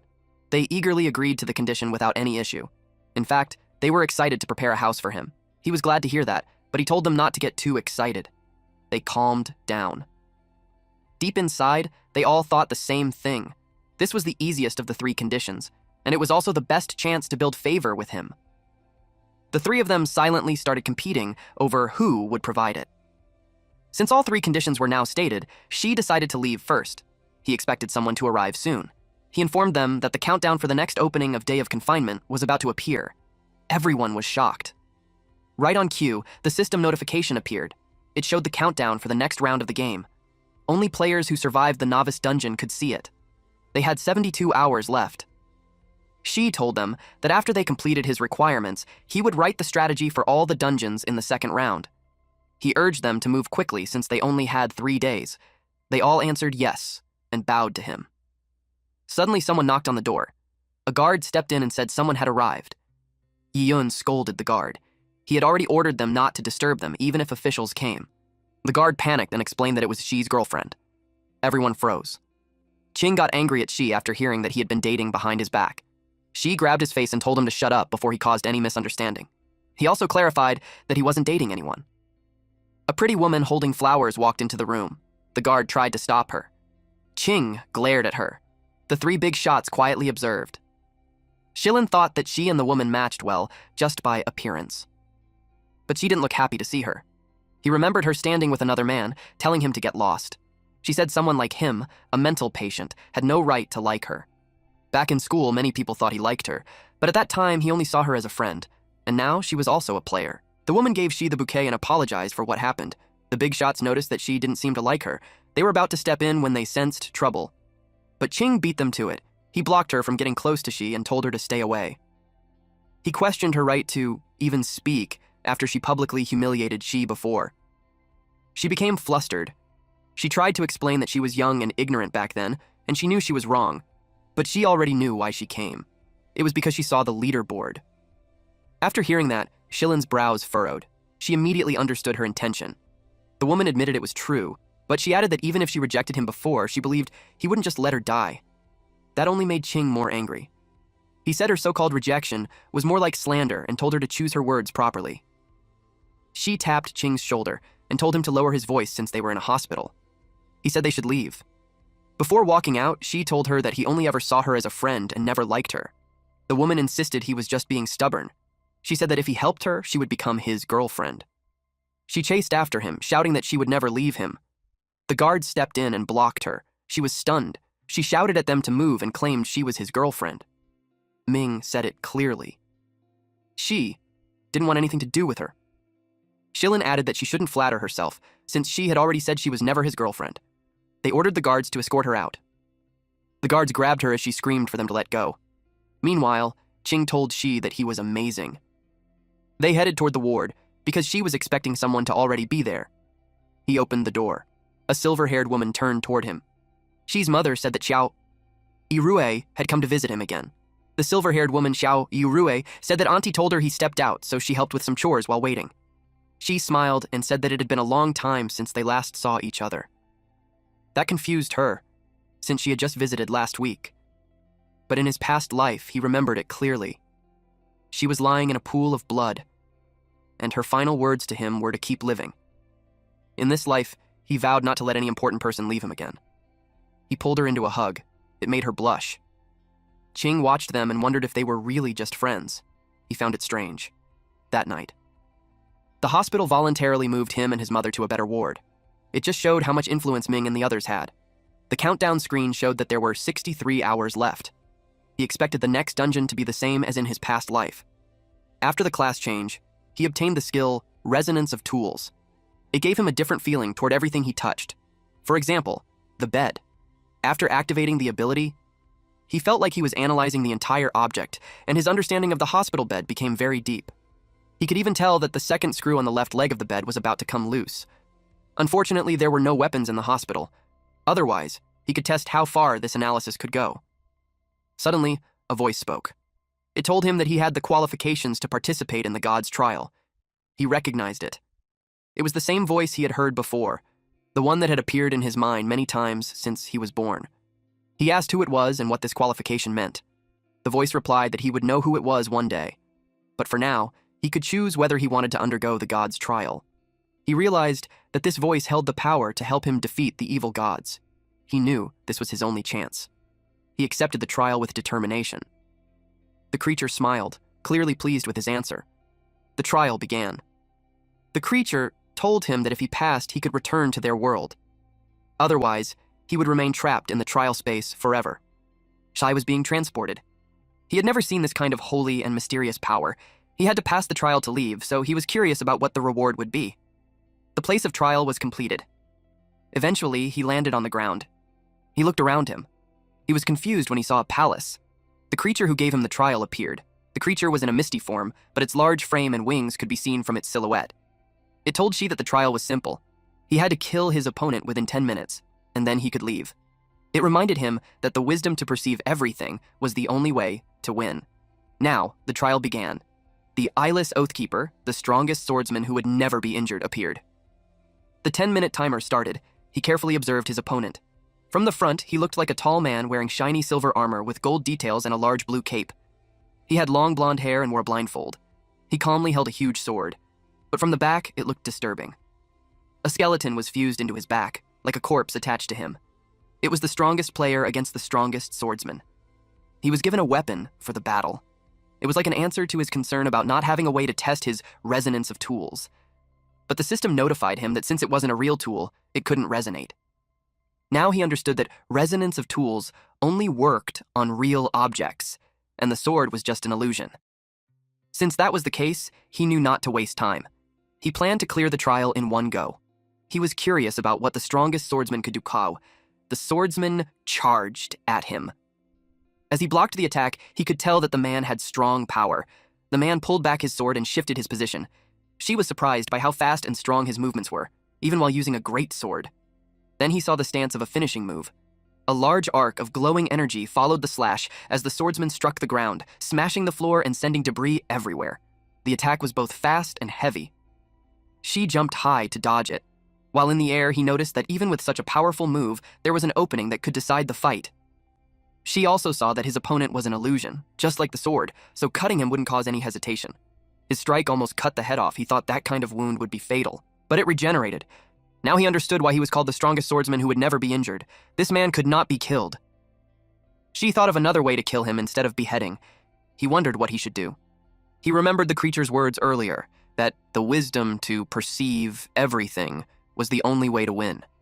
He knew that hint would be useful. He noticed the skeleton on the knight's back. He tried to attack it and realized the knight was protecting it.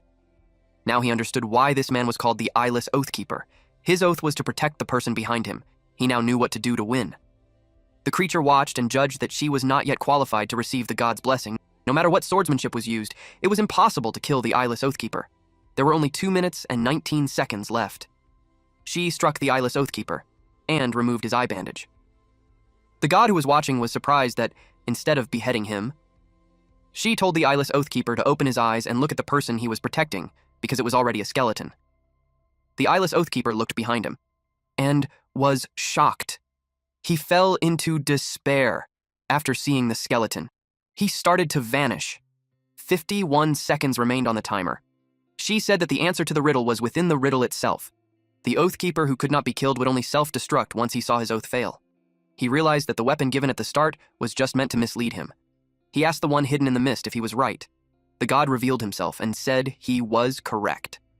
The simpler something was, the harder it was to see through, but Shi managed to do it. The god decided to grant him a blessing after seeing that Shi had the qualification. Shi became curious about what power he would receive. A bright light enveloped Shi. The god told him that this was the true trial, so he had better endure it. Shi asked what he meant and if there was another trial. The god said that if he wanted to accept the blessing, he had to withstand the source of divine power. He would feel the mental shock from all living beings, along with their pain, joy, anger, and sorrow. These were the prayers of billions. Suddenly, Shi began to fall. Then everything turned red and eerie.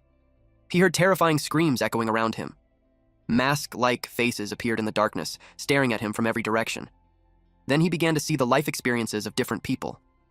He realized that divine power came from the faith of all living beings on Earth. He felt an overwhelming power, and it made him smile. After gaining such strength, he couldn't help but laugh. He planned to gain the support of Earth's gods to fight against the invading evil gods. The god watched as he faced the final and strongest shock that no human should be able to endure. But he wasn't sure if Shi had already fallen. Then he saw him. Shi was still standing.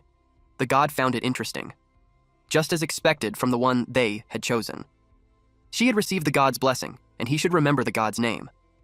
Furthermore, once he gained their approval, the true ultimate blessing would descend. Shi had many questions, but the god disappeared.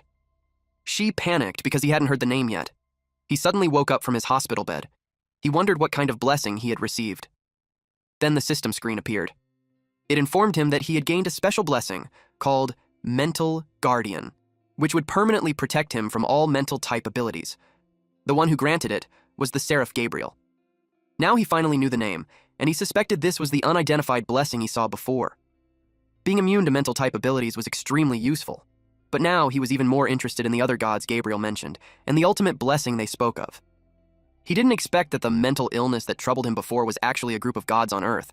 In the end, the power to save the world had been hidden inside his illness all along. Qing checked the countdown on his phone and was amazed to see a video version. He got too loud, so Shi smacked him on the head and reminded him that they were in a hospital. Qing excitedly showed him the dungeon simulation video they made, and it looked very realistic. Xi's mother was glad to see that their friendship was strong. Xi watched the video and acknowledged that Ming and his team were efficient.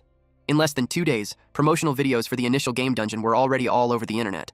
Moreover, they had already reached cooperation with the officials and established the Player Management Special Action Bureau. It also showed the World Player Leaderboard. She wondered if the storm he stirred would allow those naturally powerful players to spread their wings and rise.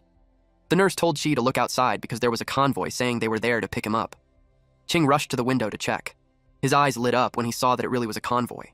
The 3 big shots were there, several guards stood around, and multiple cars followed the limousine. Shilin saw Qing at the window and asked him to tell Shi that they had come to pick him up to see his new residence. Qing got even more excited. He said that they really brought a convoy just to pick them up. She replied that he already knew, and they should head down. Deep inside, he wondered if rich people always like to make such a big scene. His mother looked worried. She told him not to get involved in anything illegal. Ching was confused by what she said. She assured her that they hadn't done anything wrong. He said that he was just saving the world right now. That only made his mother more confused. The nurse thought he was still talking nonsense, but she knew that sooner or later they would understand the truth. They went to the villa that Ming had carefully selected. It was surrounded by beautiful mountains and clear water with a garden in the backyard, and all the food was organic and fresh. It also came with 16 bodyguards and 8 nannies working around the clock. It would definitely be comfortable for him and his mother. She turned back and told him that he would check the others. Ching was surprised that he didn't even like it. Ming commented that it was such a pity. He couldn't understand Xi's taste. Yeyun and Shilin were waiting for him in the car. Since she didn't like the house Ming prepared, it was now Yeyun's turn. But Shilin thought this was her chance. Yeyun was confident in the house he chose. He believed he would win Xi's favor.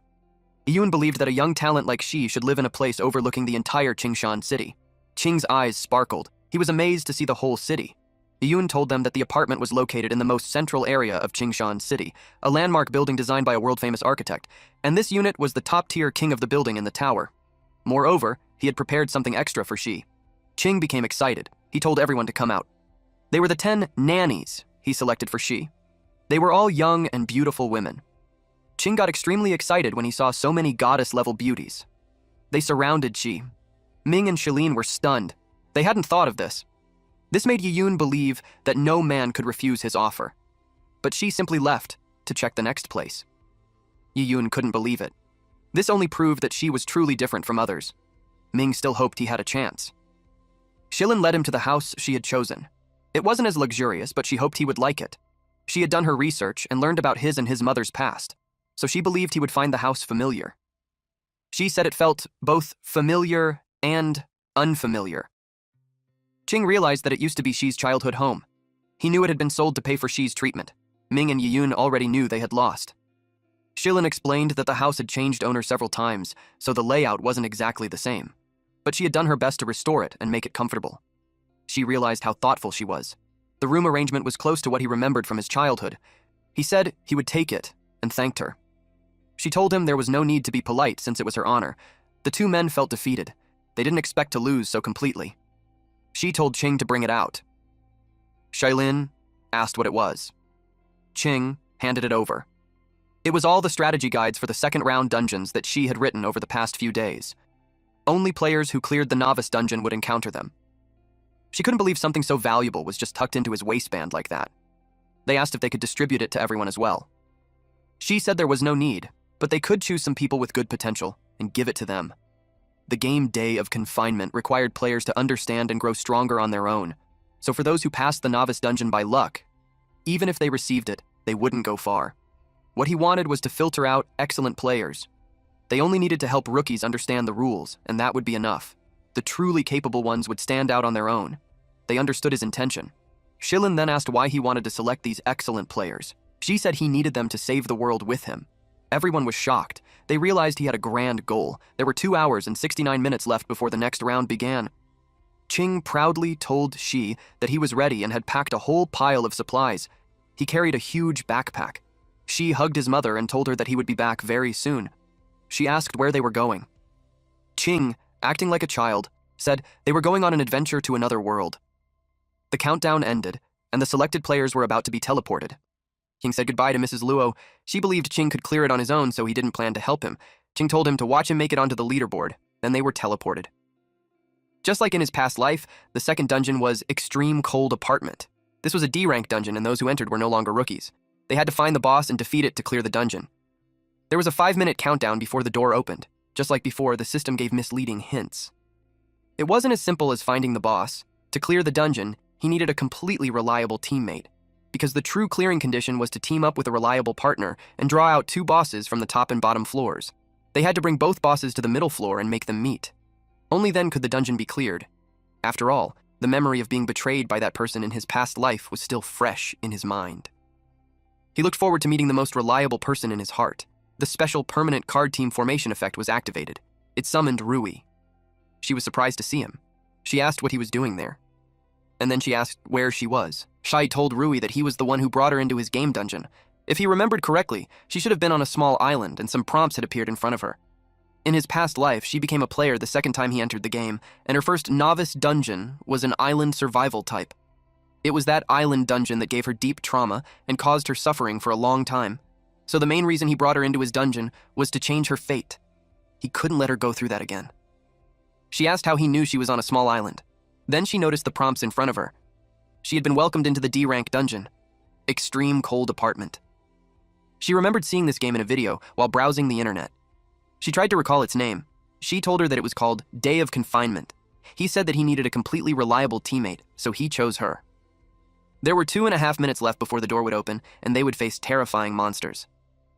He asked if she would be his partner and reached out his hand to her. She remembered the same moment from when they were children. He had asked her to come play with him. Back then, she hesitated, but she still took his hand. And this time, she agreed right away. With 22 seconds left, he asked if she had remembered everything he said. She said she had memorized it all.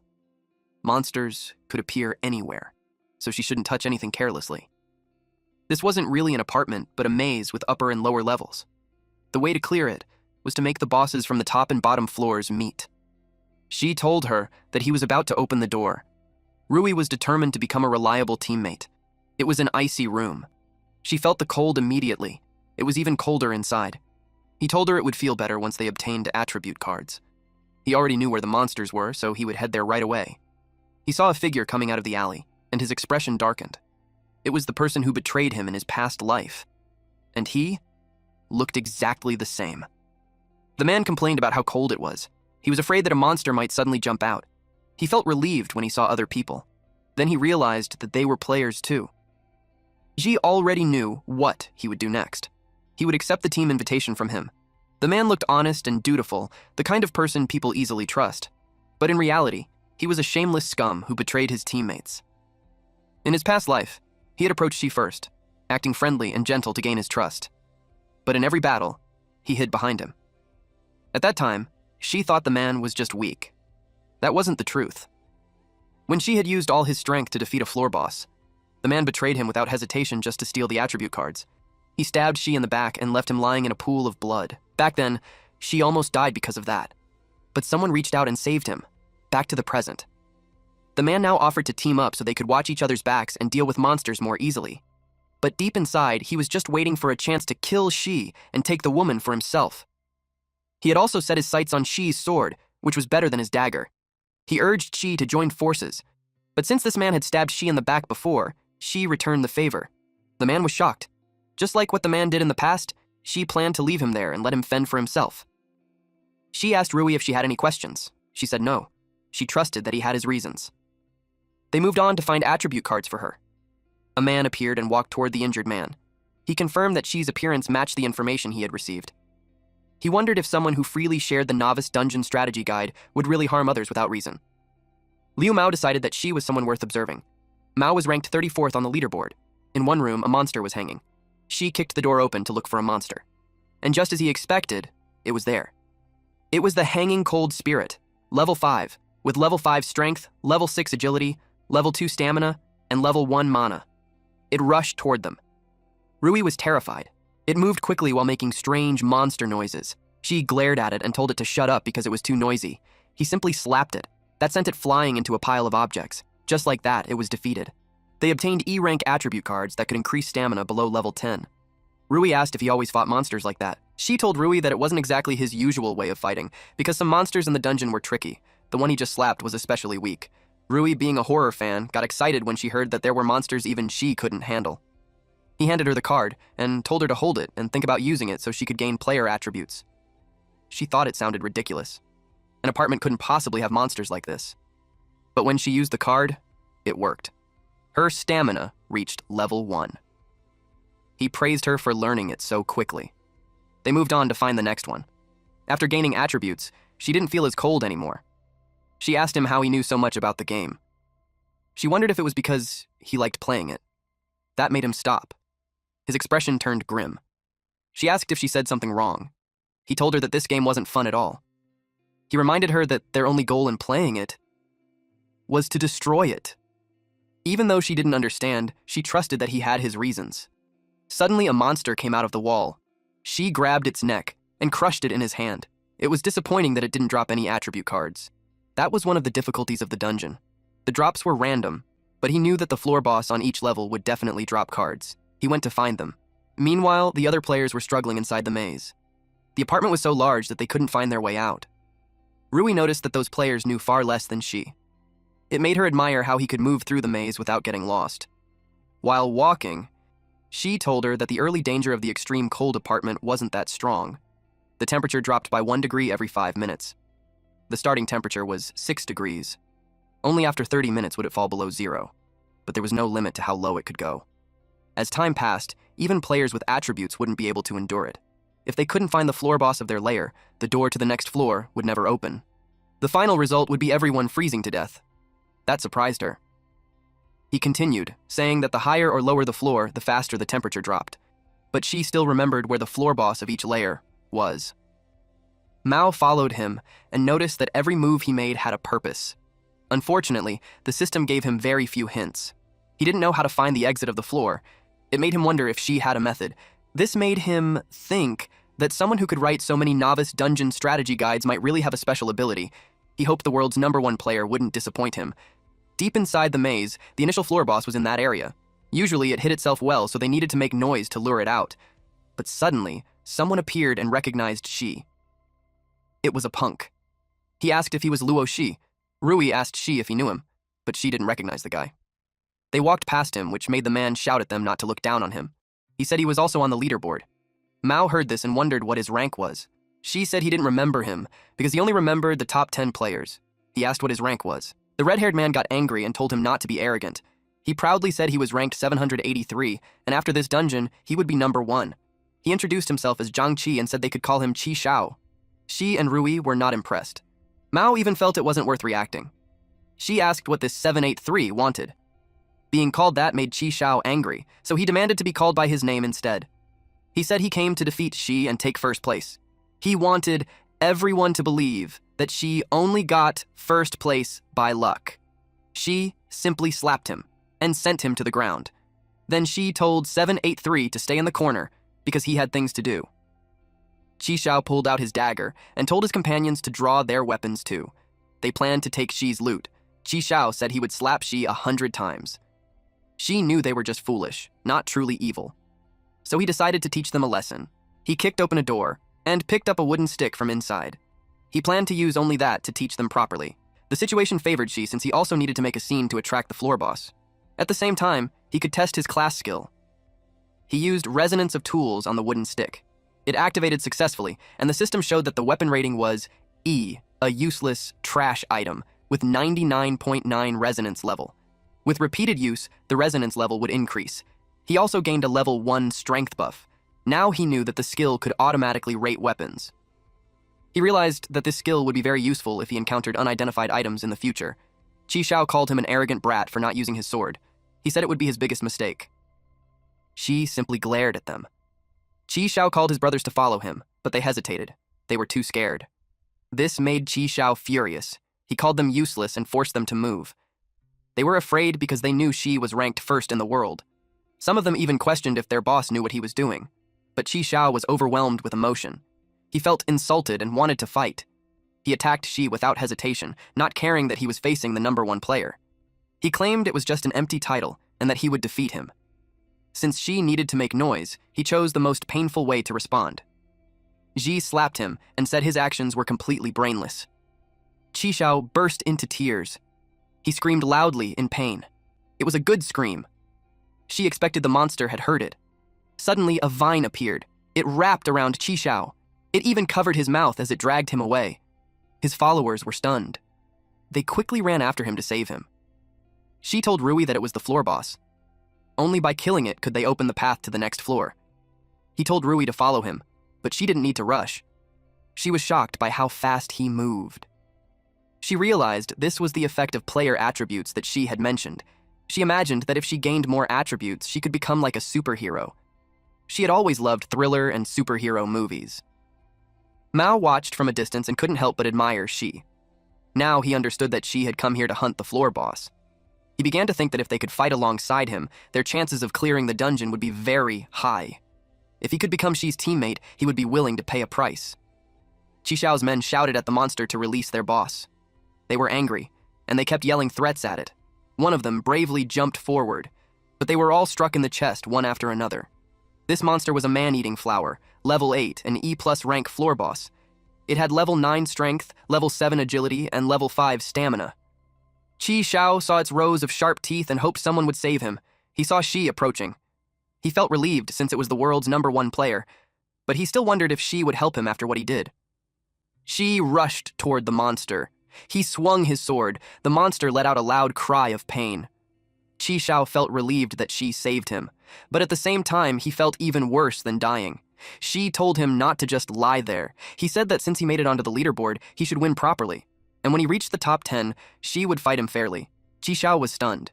He thanked Shi and promised that he would make it into the top 10. Just like in Shi's past life, once the floor boss was defeated, the path to the next level opened. But at the same time, there were two choices. He could go up and face the mutated apartment creatures, or go down and face the terrifying apartment dead entities. Rui finally caught up with him. The system gave Shi 4 minutes to decide. She saw the two options and asked which one he would choose. Chi Xiao felt worried since both choices sounded scary for girls. But deep inside, Rui was excited. Above meant monsters, below meant ghosts. She was fired up, but she tried to hide it so he wouldn't think she was crazy. She asked her which one she wanted. She found it hard to choose because she wanted both. Then someone appeared and asked Shi if he could join them. He introduced himself as Liu Mao, currently ranked 34, and said he could be useful. She was glad that he finally showed himself. Rank 34 was already high, especially with hundreds of thousands of players in the first batch. Chi Xiao wasn't impressed. In his mind, rank 34 wasn't anything special. He planned to reach the top 10 himself. She knew that this man had been following him for a long time. He decided to expose him. In his past life, this was the person who saved him. Mao asked if she had noticed him long ago. Back then, after being betrayed, she thought he would die. But when Mao appeared, he was saved. At that time, Mao recognized his ability and said they needed a comrade like him. Mao told him to follow his commands, and they would survive the dungeon. Later, under Mao's lead, they struggled step by step, and eventually cleared that level. Although it was difficult at that time, she saw him as a savior, but even someone like him fell in the day of confinement. At that moment, she realized that no matter how strong someone was inside the game, they were still just toys to the evil gods.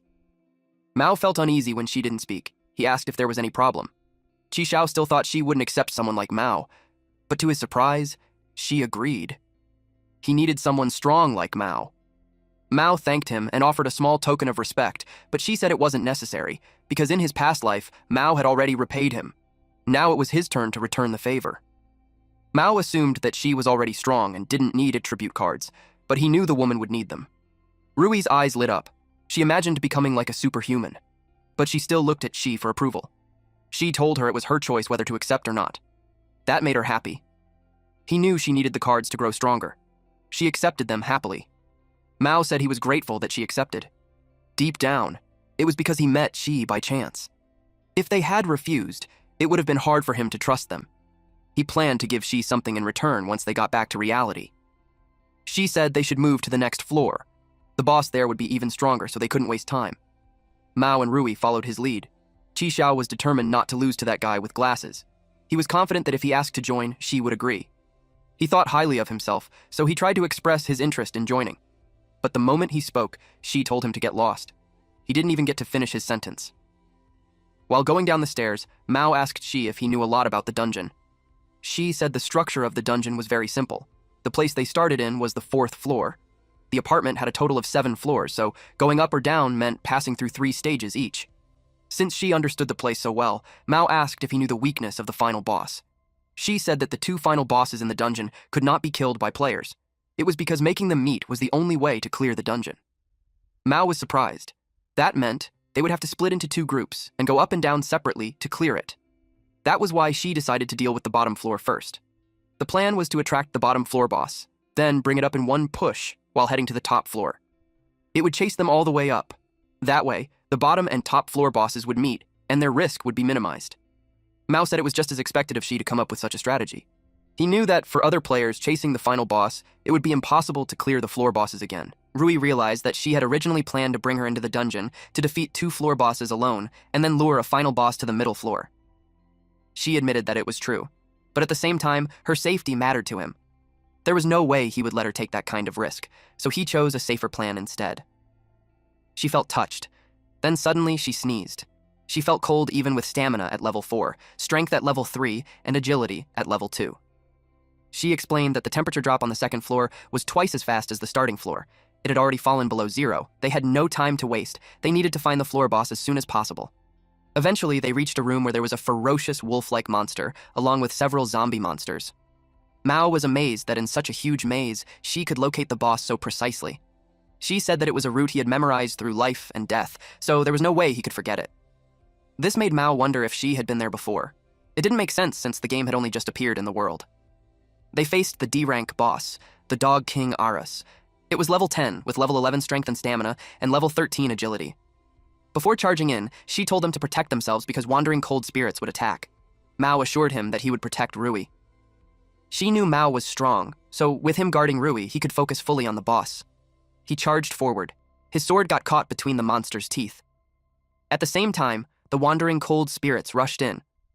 Mao told Rui to stay behind him, and he struck the monsters away. He was the 9th generation successor of Bagua Hands, and because of that, he had easily cleared the novice dungeon. He was confident that these wandering cold spirits couldn't defeat him. He told Rui not to be afraid and that he would deal with them quickly. But to his surprise, she started punching the monsters too. She was amazed by the player attributes, since they allowed her to fight as well. Mao realized that she was just like she, full of surprises. Boss Dog King. Aras roared loudly, and it tried to claw Ji. She saw an opening and slashed it all over. Mao noticed that she had many chances to kill the boss, but he kept avoiding its vital points. He wondered why he would do that. When they had to kill the floor boss to go down to the next floor, and if the temperature kept dropping like that, they would all die. He was curious what she was thinking.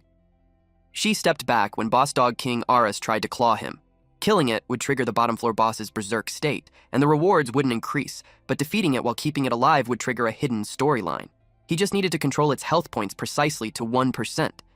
It used Roar of the Wind, D rank. It gathered power to release a powerful blast of wind capable of tearing everything apart. Mao saw that the boss was about to unleash its ultimate move, so he screamed at Shi to find cover quickly. Boss Dog King Aras was wide open, teeth clashing against the barrier as the impact sent waves of light and force everywhere. Shi assured him not to worry about him, and that they should just go protect themselves and woo Rui. Mao was worried. Facing the boss's ultimate move head-on, even he would get hurt. He wondered what Shi was really trying to do, but he chose to believe in him. Since he decided to serve a master, he would stay loyal. He ran toward Rui and told her to follow him to the corner. Boss Dog King Aras's attack compressed into one point and formed a spinning energy orb. The energy around it burst outward, showing it was getting more destructive. It was so close. Rui was glad they got out. But she realized Shi was still there. She got worried and decided to go back for him. But Mao stopped her because Shi told him to. He told her to stay and trust him. She asked if he could really handle it alone. Eventually, it became quiet. She noticed how the wind outside had died down. She suggested taking a look. Mao said Shi hadn't called for them yet, so they should wait a bit longer. Right on time, Shi told them to come out. Rui felt relieved when she heard his voice. They hurried over to him. They were shocked at what they saw. Aras was at 1% health points. Rui said he was amazing, like a superhero from the movies. Mao admitted he was worried about his safety, but now he realized he had been ignorant. She now expected the hidden side mission to trigger. Mao realized that she didn't spare it, just for no reason. It was all for the hidden side mission. Rui, on the other hand, was amazed by the hidden side mission. He told Aras that he could take it to see its master if it was willing to come. Aras was surprised. It let out a pitiful howl. The system notified Shi that Aras had sent him a team join request. He accepted it. Aras has joined the team. The hidden side mission has started. After recruiting both Aras and Little Posey into the team, the whole team will gain a special buff bonus. The final settlement rewards will increase by 50%. The system notified him that he had defeated Aras and obtained a D-rank attribute card, plus 2 stamina and plus 2 strength, usable when the attribute value reaches level 15. He also received a D-rank item card, Storage King, which was upgradable. It could store 5 cubic meters of items, but it could not store living things. He was glad to receive the D-rank attribute cards because he could use them. His strength was at level 11, while agility, stamina, and mana were all at level 10. They obtained a permanent buff, Mental Guardian, which made them immune to any mental type abilities. He used the card, raising his strength to level 13 and stamina to level 12. As for the storage item, he knew it would be useful for storing things in the future. A barking sound caught his attention. It looked like a small husky puppy. He asked Aris if that was its true form. Rui found it cute and patted its head. She couldn't believe it was the same boss from earlier. She replied that if she didn't believe it, he could make it change back. That instantly froze her. Just remembering its huge and terrifying form made her turn pale. But she was just joking. He told her that this was its real form now. She asked if all the bosses on that level came from those cute little creatures. Mao didn't notice it earlier, but if that was true, then the one who created the dungeon was seriously messed up. She told them they were right. He warned them that deeper inside, they would see more of the dark side of the game. Now, Rui understood why he said the only purpose of playing the game was to destroy it. A path formed ahead of them. Suddenly they heard an animal sound. It was a soft meow. Rui wondered if there was really a cat down there. Aris started barking aggressively. She knew that wasn't a cat, but the floor boss of the next level. He told them to move. It was already getting impatient to see its old friend. Extreme cold apartment, -2nd floor. Current temperature, -10 degrees Celsius. The temperature in this stage drops by 2 degrees every minute. Some E rank and D rank cold spirits at level 9 roam around the area. Shi Mao and Rui watched them. Those monsters noticed them. Rui noticed that the number of monsters in this stage had increased. She said she was right. The closer they got to the final boss, the more monsters would appear, and the stronger they would become. The temperature kept dropping, and the monsters kept getting tougher and more numerous. The difficulty of this dungeon was far higher than a normal E-rank novice dungeon. The monsters charged at them. She looked calm. Mao moved first. He quickly stepped forward and pushed back the attacking monsters. Mao told Shi that he would handle these, while Shi rested and focused on the boss. Mao was level 8, with level 11 strength, level 4 stamina, level 9 agility, and level 1 mana. He had an exclusive buff called Family Heirloom Bagua Hands, which increased his strength and agility by 2 levels. She looked forward to players becoming stronger, just like Mao. Mao suddenly moved at high speed, leaving afterimages behind. He swung his hands in wide arcs, releasing waves of blue energy that cut through everything in front of him. He told Rui and Shi to follow behind him. Rui already knew he was strong, but seeing it in person still amazed her. Shi knew clearing the path wasn't a problem for Mao, but he asked if he knew where the floor boss was. Mao felt embarrassed. Suddenly, more monsters rushed toward them. Rui panicked and told him to look behind him. He was caught off guard. At that distance, he knew he would get hit. Suddenly, someone told him to get down. He recognized the voice. It was Shi. He crouched immediately, and the monsters behind him were struck. With just one swing of the sword, several monsters were already cut down. Rui said that even though she had seen it many times, it still felt unreal. Mao finally realized just how ridiculously strong Shi was. Shi told them it was time to move. He already knew where the boss was. When he opened the door to the room, 2 monsters were slammed backward. They saw the boss of this floor. It was the D-rank boss, Cat King Little Posy, level 11 with 100% health. Its strength was level 12, physique level 10, agility level 16, and it had a D-rank skill called Agility Hunter, which increased its agility by 3 levels. It let out a loud meow. Rui's eyes lit up when she saw the giant cat. She thought it was really cute. Mao couldn't believe it. The thing was massive, and she still called it cute.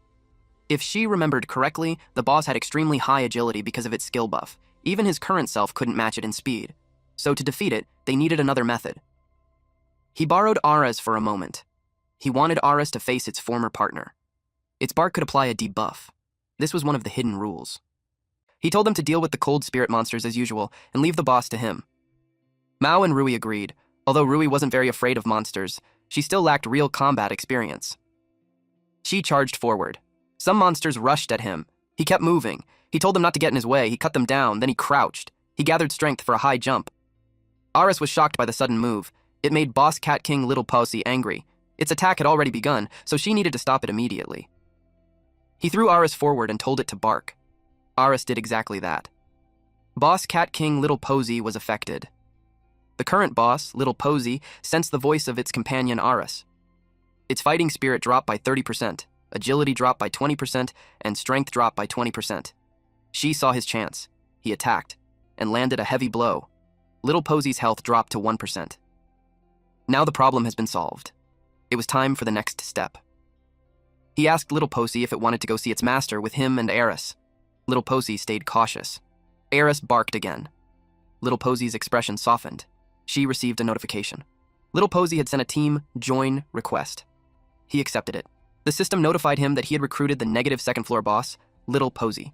He received rewards, D-rank attribute cards, 2 agility and 2 strength, usable when the attribute value is below level 15. He also received a D-rank item card called Incomplete Upgrade Core, which could upgrade weapons or items below D-rank, but only one ability. He was glad. He could finally upgrade one of the Blue Vein Sword's abilities. He used the attribute cards immediately. His strength rose to level 15, agility to level 12, stamina to level 12, and mana stayed at level 10. Little Posy joined the team, triggering the hidden mission. The whole team gained a special buff called Past Intimacy. It gave plus 20% defense, plus 20% strength, and plus 20% agility. There was also a 50% chance to awaken the bottom floor boss's past memories. The final settlement reward also increased by 50%. Rui was happy to see the special buff, and the extra 50% reward made it even better. A passage to the next floor appeared again. She invited them to move forward and face the final boss of the bottom floor head-on. This was the first boss that couldn't be killed the normal way. Rui felt the cold. The whole apartment was like an ice cave. Without cold-proof clothing, an ordinary person would suffer just by standing there. The Blue Vein Sword only had 1 skill for now, so she wondered what it would become after the upgrade. Upgrading a D-rank skill usually just boosts damage, but it was still better than nothing. He used the card. Light gathered around his weapon. Then the status of the Blue Vein Sword appeared. Its exclusive skill one was Sky-Splitting Slash. When the sword strikes, blood energy builds up in the blade. Once the blade nodes turn fully red, it can release a powerful sword chi that deals damage equal to the wielder's strength level. For every 10 levels the wielder gains, the sword will randomly obtain 1 new skill. This weapon is permanently bound to the user through soul imprint technology. She suddenly remembered that when he reached level 10, the Blue Vein Sword had already unlocked a second skill slot. The Incomplete Upgrade Core was successfully used. The Blue Vein Sword had been upgraded. This raised Sky-Splitting Slash to stage 2. Now, when the sword gathers enough blood energy and releases sword chi, it still deals damage equal to the wielder's strength level, but when activated, it also increases the wielder's strength by 2 levels. He still had 1 skill to draw, so he decided to check it. The system began the draw for exclusive skill 2. Different colored cards appeared in front of him. This was just an illusion only he could see. Gray, green, blue, purple, gold, and red represented E, D, C, B, A, and S rank skills. He called for the second exclusive skill of the Blue Vein Sword to appear. He chose the purple one. The draw was successful. He obtained a B+ rank skill, Surging Wind. When using this weapon, his agility increases by 5 levels. He was satisfied. A simple agility boost like this was extremely useful. Moving forward, they encountered more wandering cold spirits, now between level 10 and level 12, and the number of monsters on the bottom floor had increased. Rui was ready to fight as well. Mao and Rui both knew that if she made a move, those monsters would be wiped out instantly. At this point, they felt like they were just there to boost the head count. She told them he would leave the small fry to them since they also needed to level up. He advised them to use any attribute cards immediately if they got one. Then he headed straight for the boss. Rui asked if he was really going to face it alone. Mao noticed that she always fought the boss alone every time. She explained that his goal was just to lure it out. He told them to clear the cold spirits and raise their levels and attributes. They said he could count on them. After he left, Rui seemed to zone out for a moment.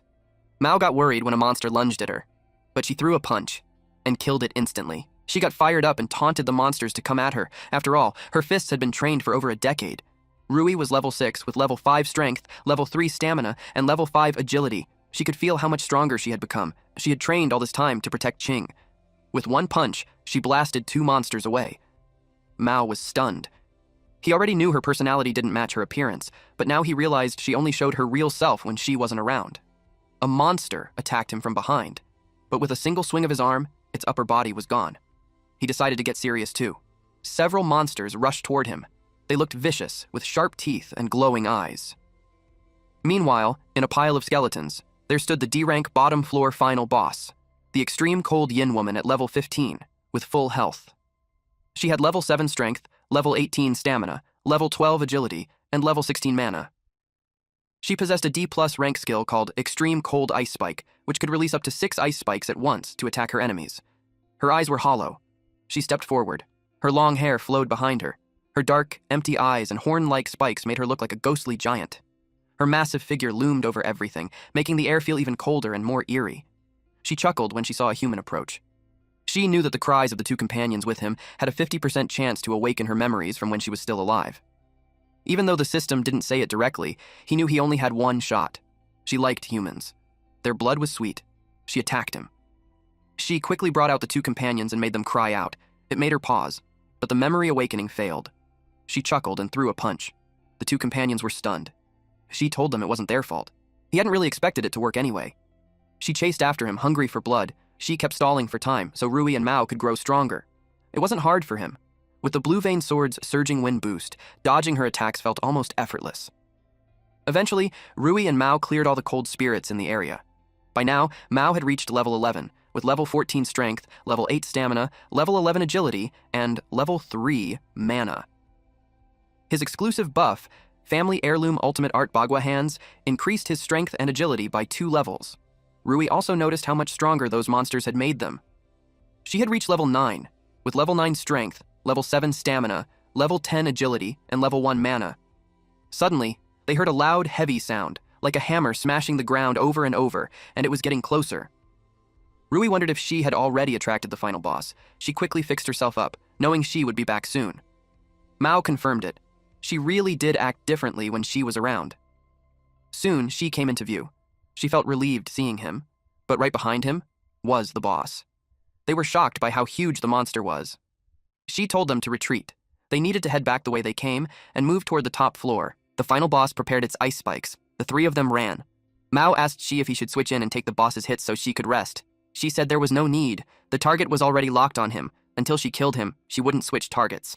Extreme Cold Yin Woman has locked onto player She. She launched an ice spike to claim his blood. She dodged it with ease. Mao said only she could stay calm while being hunted by something like that. Rui agreed. Only she could say terrifying things so casually. Some monsters blocked their path. Before the final boss dies, mobs in the dungeon will keep respawning, but Mao and Rui handled them. They cut them down easily. She noticed how much they had improved. On Basement 1, many players were still struggling. One player threw a solid punch. It was Qi Xiao.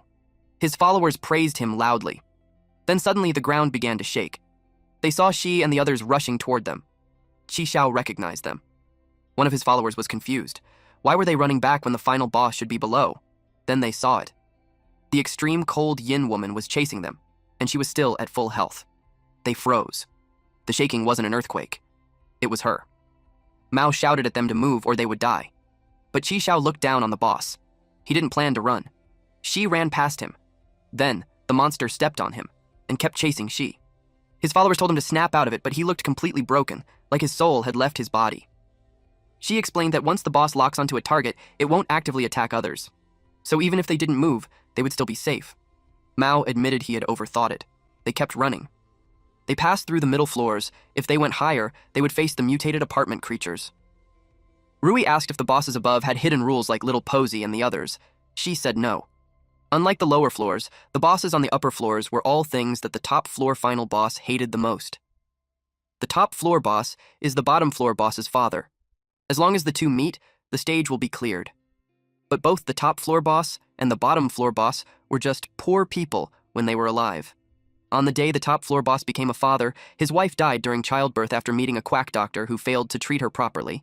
The daughter grew up without her mother. While her father worked outside, she only had cats and dogs to keep her company. Even so, she still grew up healthy. But while waiting for her father to come home, the daughter got into a car accident and died right in front of him. Then the bastards who created the game took their souls and trapped them inside the building forever. Only players who find the correct clearing method can let them meet again, even if it's just for a moment. That meeting clears the resentment in their souls. That's why letting the top floor boss meet the bottom floor boss is the key to clearing this stage.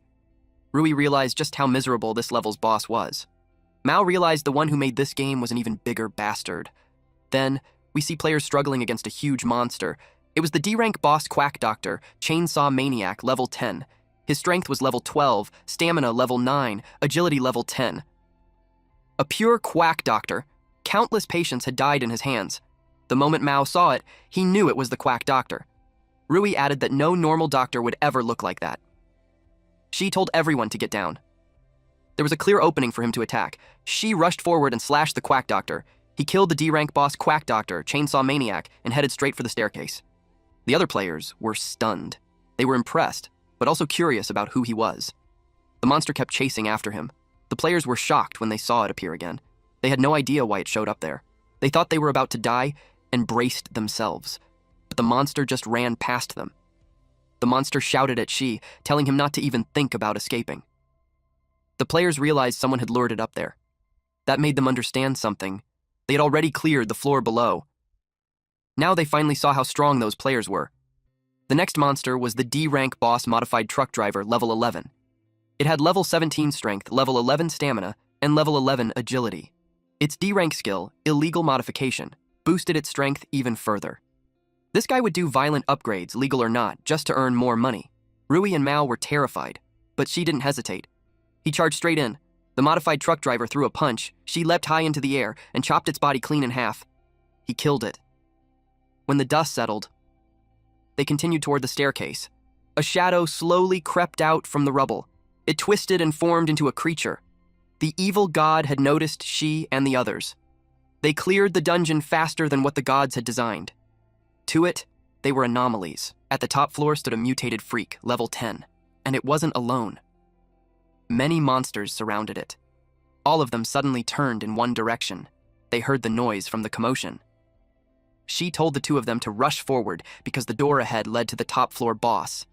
The monster let out a loud roar. She told them to keep moving and leave everything else to him. With a single slash, he cut down several monsters, and the two of them charged ahead. They pushed the door open. And the final boss was right there. They stepped into the top floor boss domain. It was the Extreme Cold Ringleader, level 15. It had level 16 strength, level 19 stamina, level 15 agility, and level 1 mana. It had a D-rank skill called Extreme Cold Breath, letting it unleash freezing air at will. Mao muttered that it looked nothing like the tragic man he had imagined. The door suddenly slammed shut. The system announced that it wouldn't open again until the players outside met the conditions. The two of them were left confused. The monster roared again. Rui realized they had to survive on their own until she opened the door. Mao knew that meant fighting to the death. A mission was triggered. She had to kill all mutated freaks on the floor within 5 minutes. Otherwise, the door to the boss room would stay shut. This was a late game rule, but somehow it appeared in the second dungeon. Something else felt off. She noticed something watching him. In his past life, that never existed. He wondered if it was the evil gods, observing everything.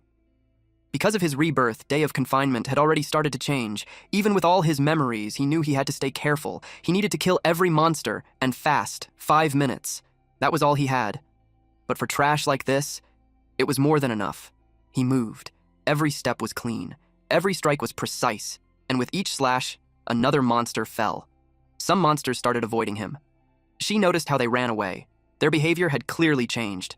A huge hand suddenly reached out toward him. He blocked it with his sword.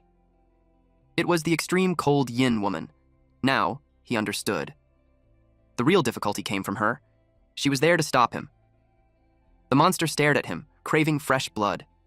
She read her next move. Ice crystals burst out from the ground. He could have been trapped, but there was no blood. She had already slipped behind her, and unleashed Sky-Splitting Slash, Stage 2. Power surged from his blade, and the strike cut her clean in half. She seemed almost amused that he got behind her. She landed safely on the ground. He knew he couldn't kill her, but disabling her was enough. Now he could focus on wiping out the other monsters and opening the door. There were 4 minutes and 15 seconds left, and the boss that Rui and Mao were facing couldn't even be killed. It was even stronger than the Yin woman. He just hoped they could hold on until he got there. On the other side of the door, the Extreme Cold Ringleader threw a punch. The impact blasted someone across the room. Mao slammed into the door and coughed up blood. He couldn't keep up with its speed. He couldn't believe this was the kind of power she had been fighting alone. He always thought the gap between them wasn't that big. But now he understood the difference between rank 1 and rank 34. It wasn't a gap. It was a chasm. Rui stepped in and blocked the next attack to protect him. She told him to get up. They had promised to hold on until she arrived. But the moment she got distracted, the monster grabbed her. Mao stepped in and used Bagua Hands, third form. He struck the monster's face and knocked it to the ground. Rui couldn't believe what she just saw. Mao clenched his fists. He refused to give up again, even if the gap between him and she was as wide as a chasm. He activated Bagua Hands. Enraged state. His strength rose to level 4. His mana surged to level 10. In this state, he could use Bagua True Ki to launch attacks from a distance. The monster got back up and attacked again. Mao told it not to underestimate him. He struck it again, forcing it back. Then he unleashed a series of palm strikes. The monster was eventually slammed to the ground. He didn't expect the special force method his father taught him to actually work here. Back then, his father told him that Bagua Hands wasn't just for close combat. As long as he understood its true meaning, he could strike enemies from a distance using palm force. But unfortunately, he still hadn't fully mastered it. Bagua Hands in enraged state had 2 minutes and 13 seconds left. He knew that in this state, he could only last for 3 minutes. The monster stood up again and rushed toward him. He noticed its injuries had already healed. The boss couldn't be killed. Even if he couldn't damage it, stopping it was still possible. He released another powerful wave of force from his palms. The monster let out a loud groan, but to his surprise, it didn't get pushed back. It had already adapted to his attacks. In the next moment, the monster grabbed his head. It was bad. He had forgotten just how fast it was. At this point, there was only one option left: fight to the death. He threw out one last powerful palm strike, but the monster didn't move at all. His stamina was completely drained.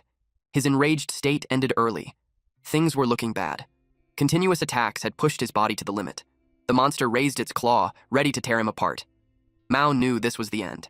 Then, a gunshot rang out. The bullet struck the monster's back, and it dropped to the ground.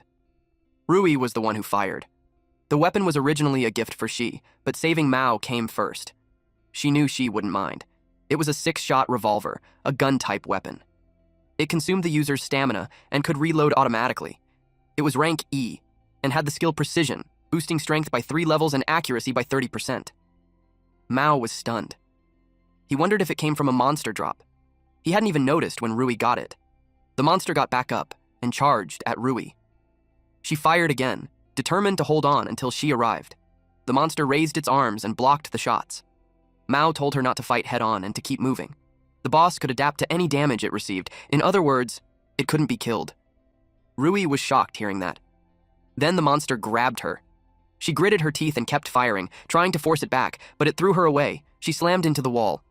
Mao rushed over to her. He said the monster was too strong, they couldn't beat it. The monster opened its mouth, preparing to unleash extreme cold breath. They both knew. This was the end. Rui felt a wave of regret. Mao asked if she had any regrets in life. The freezing breath was about to swallow them whole. She said she regretted not dying together with Shi. Then, suddenly, the door burst open. The freezing breath exploded across the room. They froze in shock. Shi had arrived. He told them something unexpected had happened. Rui thought she would never see him again. Mao said Shi had saved his life once more. Shi realized that if he had been even a second later, they would have died. He told them it was over. The clearing conditions had been met. The cold yin woman still craved blood.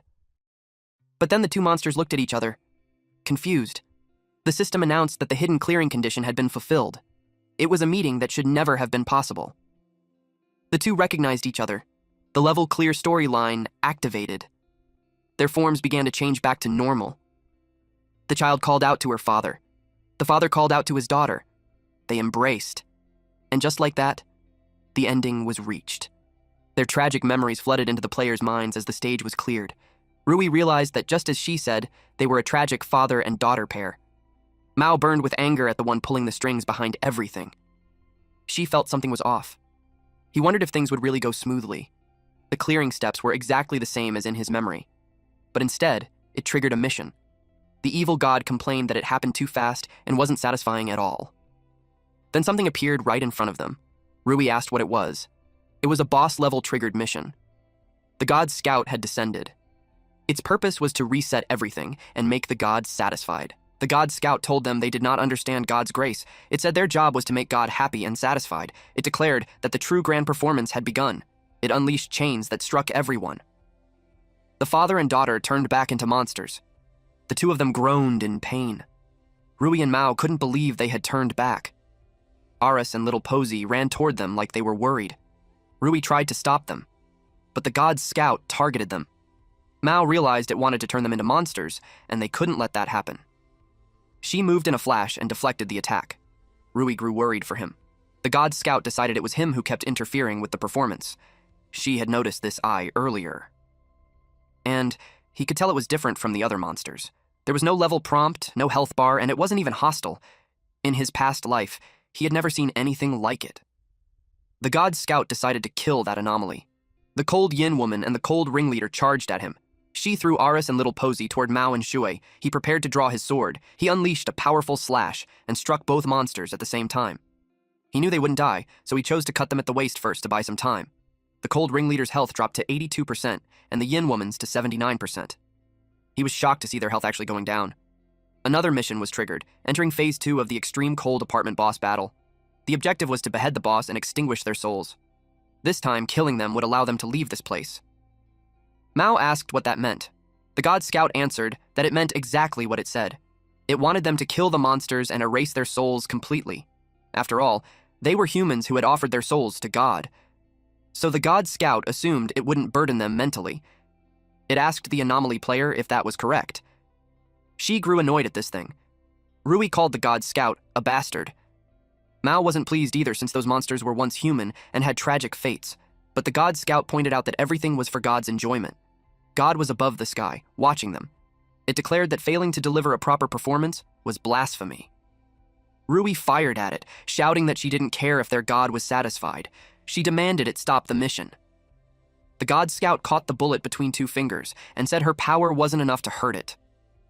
Mao couldn't believe it caught a bullet with its bare hands. He also noticed it had no level prompt, so he wondered what level it even was. She was also surprised that it reached out and caught the bullet so easily. The two monsters charged at him. She stepped back to dodge their attack. He couldn't draw his sword because killing them now would mean cutting down their true souls. They were bosses now, but he felt they had done nothing wrong. They were just trying to pay the price to keep a small moment of happiness. Something dropped to the ground, and it shocked him. The cold ringleader was crying. He couldn't believe it. Then he heard their souls begging him to kill them and set them free. He listened to their voices. The daughter said they didn't want to keep living like this. So they begged him to end their pain. They couldn't control their bodies and attacked him. They kept begging him to free them. They didn't want to live like this, hurting others just to survive. They continued to beg. The god scout watched their suffering and declared that this was exactly the performance God wanted. It said God loved turning beauty into pain and hope into despair. Nothing brought God more joy than this kind of cruelty. She promised to help them. He moved fast, but before helping them, he wanted to take down the bastard playing with them first and punish it right in front of their eyes. The god scout was caught off guard. It reminded him that it was god scout, but she didn't care. He knew it wasn't immortal, then he slashed it. The god scout couldn't believe it. She said that one day he would cut down their god too, but for now he would send this scout to hell and make it wait. The god scout cried out for help from God. It was swallowed by an explosion. The god scout was furious that a mere human dared to kill him. It exploded. Rui was glad she had taken care of it. But he noticed something else. Another creature appeared, angered that its subordinate had been killed by a toy like she. Rui and Mao were stunned. The silhouette had long hair, a single eye, and long horns like a carabao. Behind its shadow was a massive demonic face with glowing red eyes and a twisted grin full of sharp teeth. They were horrified. Rui asked where it came from. Mao felt such pressure that he could barely breathe. She asked if it planned to fight them too. The creature said that by God's rules, it could not attack him in this dungeon. But it warned that one day, it would take his head. The next time they met, it would make him perform for God. Until then, it told him to live well until he was worthy of meeting it. Then it left. Rui and Mao finally relaxed, their knees going weak. Rui said she almost suffocated, and Mao agreed that the creature was terrifying. She realized that in this life, the evil god's interference had already progressed further. He could feel that the creature carried the power of the evil gods. He suspected it might be the spokesperson they were searching for. It made him think that the evil god had already noticed something. But no matter what happened, he would keep moving toward the ending, where he killed them all. The father and daughter stopped moving. She looked at them. They thanked him for getting angry on their behalf. They asked him to send them off. He agreed and gripped his sword tightly. He prepared himself. He planned to end it with the least pain possible. He moved smoothly and cut off their heads at the same time. Their souls rose from their bodies. They thanked him, because now they were finally free.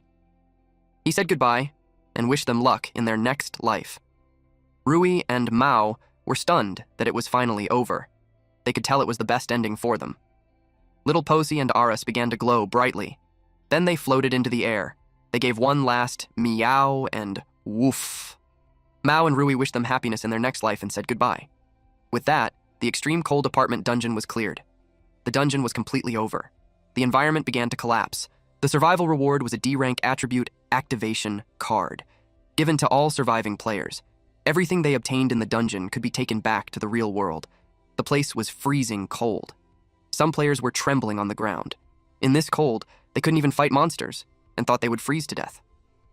A monster roared loudly. Chi Xiao and his group were being chased by it. They ran as fast as they could. One of his men said that if this kept going, they would freeze to death. Another wondered how the world's #1 player could handle this so easily. Chi Xiao slipped and fell. His underlings panicked. The monster was almost on him. He knew he was doomed. He wouldn't even get the chance to become #1. Luckily, at that moment, the D-rank dungeon was cleared. A final gust of wind swept through the area. He felt relieved. The other players cheered. They were no longer freezing to death, and they all received activation cards again. They wondered what kind of monster had cleared the dungeon. The contribution leaderboard appeared. Shi had 82.3%, Mao had 10.6%, Rui had 7%, and the rest of the players only had 0.1%. The players felt the second and third place made sense, but the first place was unbelievable. The system then notified them that they had gained attributes in strength, agility, stamina, and mana, all at level 3. Rui was glad since it was a huge improvement. Mao realized that D-rank dungeon rewards were much better than novice dungeons. Rui's strength reached level 15, her agility level 13, and her mana level 4. She also had a 6-shot revolver with the skill Precision, which boosted strength by 3 levels and accuracy by 30%. Meanwhile, Mao had level 17 strength, level 14 agility, level 11 stamina, and level 6 mana. He also had an exclusive buff from his family heirloom, the Bagua hands, which added +2 levels to both strength and agility. These were only the rewards for surviving players, and there were still extra rewards to come. Since Rui had 7% contribution, she received an attribute card called Mage's Blessing, which increased her mana by 5 levels, along with Elf's Grace at level 3. Her world player contribution points reached 350. She complained that the reward wasn't useful for her. As for Mao, he received a weapon card called Grandmaster of Martial Arts Damaged Gloves at E rank, along with an attribute card called Martial Artist's Leg Practice, which increased agility by 3. His world player contribution points also reached 350. He equipped it and learned the weapon skill Grandmaster's Remnant Might, which gave a 3% chance to deal double damage in close combat. He didn't expect such an effect. If it triggered at the right moment, it could decide the outcome of a fight. Rui asked Shi what reward he received. He replied that it was just some points and a fragment card. He didn't tell them it was actually a fragment of an S-rank card. Shi had 82.3% contribution, and the reward he received was an S-rank card fragment. His world player contribution points reached 4,115. Rui couldn't believe that was all he got despite such a high contribution. Mao also found it strange and wondered what the system based its judgment on. She admitted it looked like a trash reward, but in reality, it made sense. In the entire Day of Confinement game, there were only 15 S-rank cards. Each one held overwhelming power and was extremely hard to obtain. To obtain freedom, one had to become world #1 during the novice dungeon. And for time reversal, in his past life, he had paid a terrible price. So getting a fragment of an S-rank card this early was already very lucky. He received an S-rank card fragment with unknown details. He needed 4 pieces to combine it into a complete S-rank card. Even though Day of Confinement was created by evil gods, its rules were fair. Winners were rewarded and losers died.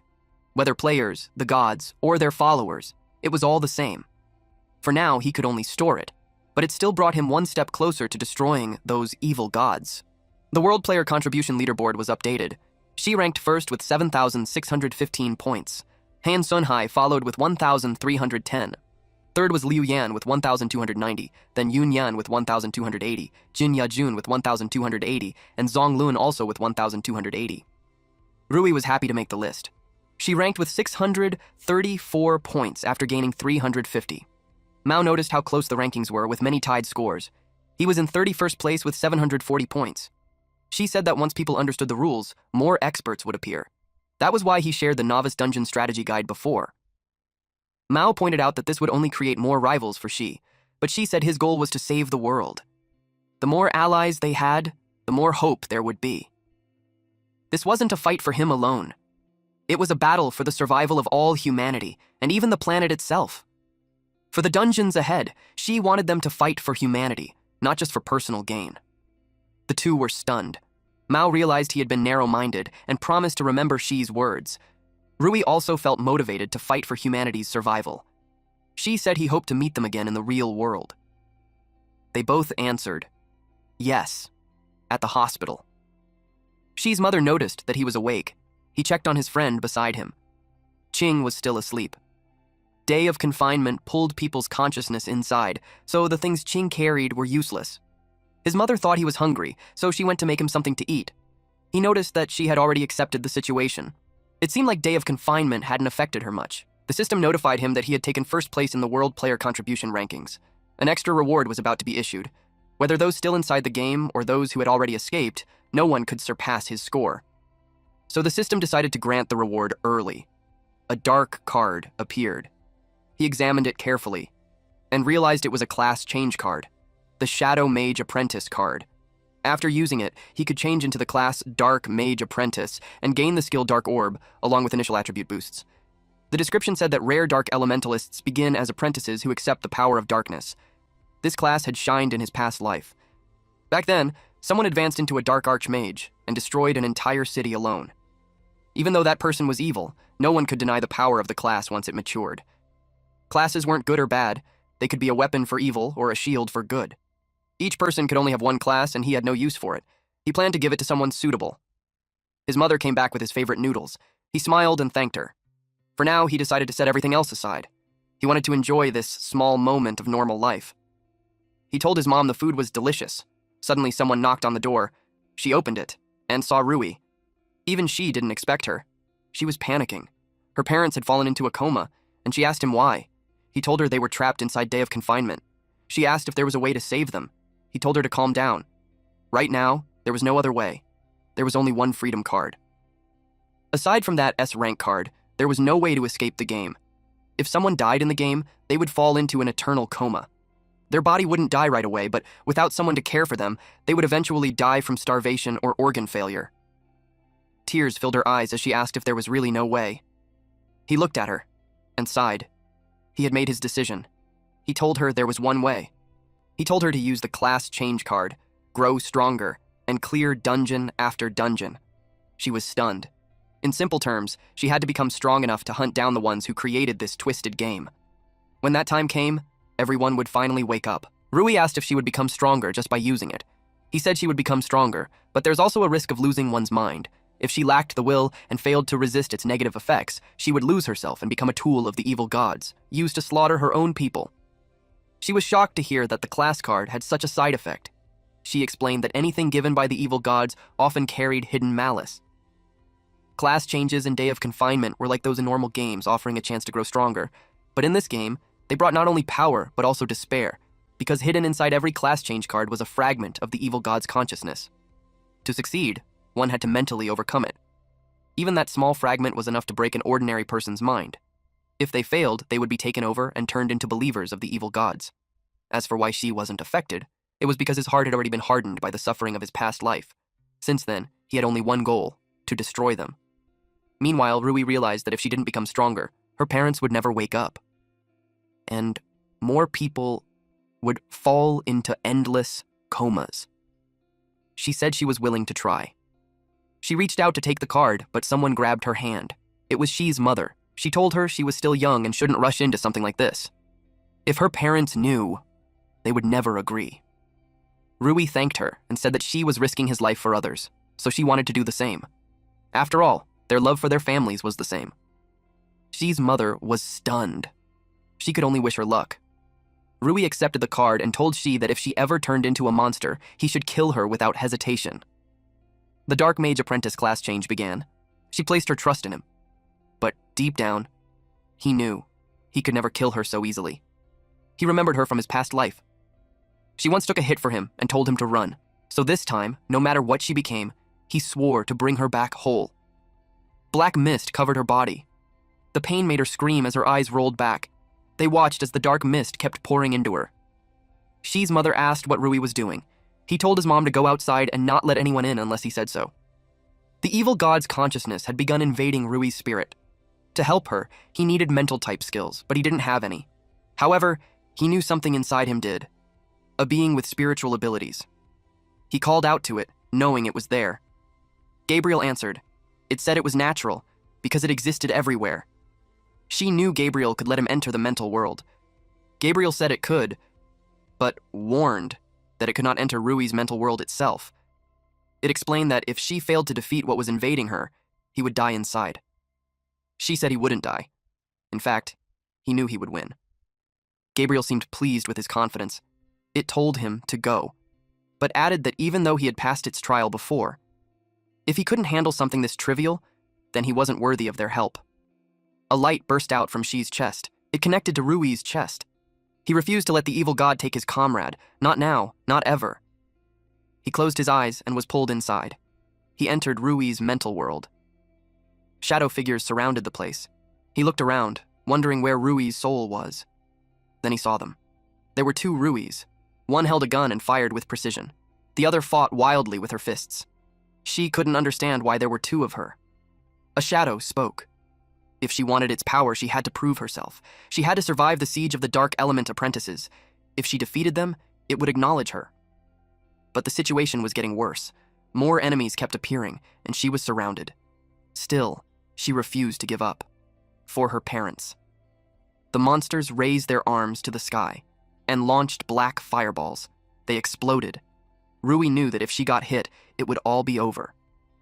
The one with the gun told the martial artist Rui to create an opening so she could fire. But there were just too many monsters. Suddenly, they heard someone shout that he would help her, and he cut through the monsters. Both Ruis were shocked. She told her that the Dark Element mages were just class change illusions, so he couldn't harm them. Rui had to rely on herself, but he could deal with the evil god's consciousness instead. C kept cutting down monsters. He was furious that these things dared to invade his comrade right in front of him. He poured all his anger into every strike. Rui was shocked to see him. She wondered how he even got there. She also noticed how strong he was. Those monsters stood no chance against him. Rui decided to leave those enemies to Shi and focused on the three mages forming a giant orb. The dark mages released the orb. Rui froze when she saw it coming. One Rui grabbed the other and pulled her away just in time. She realized the orb had a devouring effect. That's when she knew Shi wasn't lying. The class was truly powerful. She managed to step back. But then more orbs rained down on her. One Rui grabbed the other again while she kept firing. They were surprised the orb could attack like this. It was the difference between charged and instant casting. The Rui with the gun chose to fight back. They couldn't just keep dodging forever. She fired at the mages. 2 shots took away 15% of their health. She realized their defense was extremely high. The other Rui said that dealing damage at all was already good. She would handle the dodging, while Gun Rui focused on attacking. It sounded simple, but it wasn't. In this space, their physical limits were the same as in real life. If she ran out of stamina before killing those 3, they would lose. She moved carefully. Even reloading her gun drained stamina. She was determined to use every chance to secure victory. She noticed the monsters had grouped together instead of rushing him. Since they weren't attacking, he stepped forward. The monsters began to retreat. Then they fused into one. That was their way of escaping, but she wasn't about to let them go. But suddenly, a massive shadow monster blocked his path. She was caught off guard. There was a massive dark figure with glowing purple eyes and a wide mouth full of jagged teeth. It loomed over him like a nightmare, radiating pressure that felt suffocating. Just as he expected, this was its true form. Even a fragment of an evil god's consciousness shouldn't be this weak. The monster lashed out with dark vines. She cut them down with ease. He studied it closely. This thing was weak. He kept attacking. It was caught off guard by his speed. He tightened his grip on his sword. He didn't care if it was weak or strong. She kept slashing. Suddenly, a voice praised him for his clean strikes. It called him an intelligent life, not yet consumed by reason, and told him to keep going. He realized it wasn't really a voice. It felt more like radio waves, something not from Earth's language system, being translated directly into his mind. It told him that S-rank special cards were the chance for resistance they had created. They had already been devoured by the evil gods, so this was their final power. It warned him not to be misled by the evil gods, or become like them, beings who helped destroy their own civilization. She understood. The S-rank cards were a last hope left behind by those who had already been consumed. It made him realize they were likely intelligent beings from other civilizations that had fallen to the evil gods. He had always believed S-rank cards held a power even the gods couldn't control, created for their twisted amusement. But now, it seemed different. These cards were resistance, and he would claim that power. He declared that this planet would become the grave of the evil gods who caused all this suffering. Then he felt it. The evil god's presence had vanished. It seemed he could no longer stay in the mental world either. After all, he was just an intruder in Rui's mind. Back to these two. The two Ruis now faced the mages. He could tell she was ready to handle the rest on her own. Rui asked if he was leaving. The other Rui couldn't believe he had already cleared all those black, mud-like creatures. She told her to focus on completing the class change. He said they would meet again in reality. Rui was caught off guard when he said, "they." The secret was slipping, but she stayed calm and acted like nothing was wrong. The mage continued forming a massive orb. Rui chose to focus. If she wanted to save her parents, she had to become a dark mage apprentice first. The two Ruis charged at the mage. She watched her take her first step on the path of fighting the evil gods and becoming his most trusted ally as she made it home. His mother had been worried sick, even though she knew he had become more reliable. She also knew that everything happening now was far beyond common sense. Many people had suddenly fallen into deep comas, surviving only on nutrient solutions. Some ordinary people had turned violent and were attacking others in the streets. She also remembered a strange dream. Inside it were puppet-like monsters chasing and killing people. With everything going on, she just hoped she, Rui, and Qing were all safe. Then, she finally saw him return. She checked on Rui and saw that her condition was stabilizing. He knew she would succeed soon. The black mist around her was slowly being contained. He smiled, knowing that meant success. The system confirmed it with a notification. She woke up as a Dark Mage Apprentice, an A-rank class, with the skill Dark Orb and the trait Dark Element Affinity. She was surprised that she had successfully changed classes. She sincerely thanked him for helping her in her dream, but she chose to act like it was just a dream, not wanting him to discover her secret. Suddenly, Qing woke up shouting. She asked what was wrong. Qing was shocked to see him. Then he begged Shi to send him back to the dungeon immediately. She told him to calm down. He explained that once a dungeon was cleared, it disappeared completely. There was no going back. Tears formed in Qing's eyes as he asked what would happen to the people who died inside. Could they still be saved? This scene felt familiar. It was the same as in Shi's past life during Qing's second dungeon. There, Qing had met someone who sacrificed herself to save him. She had fallen from a great height into flames below. She didn't know the full details, only what Qing had told him. He couldn't judge what advice to give. Saying the wrong thing might push Qing toward death. He even thought about bringing Qing into his own dungeon to help him avoid this pain, but he knew that wouldn't be right for him. Qing broke down, apologizing to the woman and blaming himself. Ji understood that he couldn't make choices for him, and in this life, he was determined to defeat the evil gods and free everyone from this suffering. For now, he decided to give him some good news first. He told him that the person wasn't dead in reality yet. Qing's eyes lit up when he heard that. She showed him the news about people falling into deep comas. Qing didn't understand what that had to do with Xiao. Rui explained that dying in the game didn't mean dying in real life. Xiao had only fallen into a coma. Now Qing finally understood. Xiao was still alive, just unconscious. Rui added that her parents were also in a coma, and she had told her that if she wanted to wake them up, they had to clear Day of Confinement and kill the mastermind behind it. She asked Qing to join them and fight those bastards together. Qing agreed without hesitation. The mood shifted. Everyone was fired up to protect the people they cared about. In the past, because of a lack of information, people fell into despair after returning to reality. But now, they had hope. She told Qing that the most urgent task now was to get stronger. After all, he had already fallen far behind. Qing was only level 4, with level 5 strength and level 4 in stamina, agility, and mana. Anyone who survived the first 2 dungeons would already reach level 4 in base attributes. In other words, aside from a strength card, Qing had mostly been carried. Qing then asked Rui about her level. She said it wasn't that high, and that she had helped her level up. He was shocked to find out she was already level 9, with a class and weapon. That made him wonder how strong she had become, and what he saw next shocked him even more. It was far beyond what he expected. Qing immediately begged Shi to carry him too. He said he wanted to protect the world he loved. Even if the enemy was powerful, he still wanted to fight until the end. What he didn't realize was that this was exactly what she wanted too. Shi was glad that, for now, They all shared the same goal. He told them they first needed to understand their enemy. He called them evil gods. The two were shaken when they heard that. But he explained that, for now, the evil gods only existed inside the Day of Confinement game and couldn't appear in reality. It was one of the rules they followed. But once the game decided a winner, they would descend upon Earth and devour the entire planet. They were horrified to learn that their enemies were cosmic-level beings. Qing admitted that this might be too difficult. She asked him if he wanted to give up. Rui thought of her parents.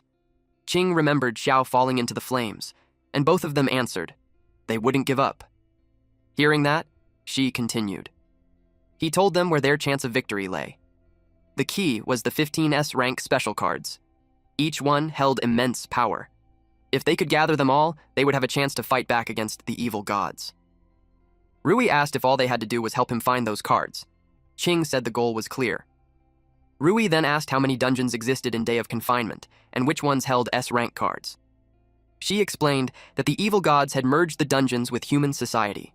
Because of that, there were at least thousands of dungeons. They were stunned. Qing couldn't believe it, especially since she had written a full strategy guide for the novice dungeons.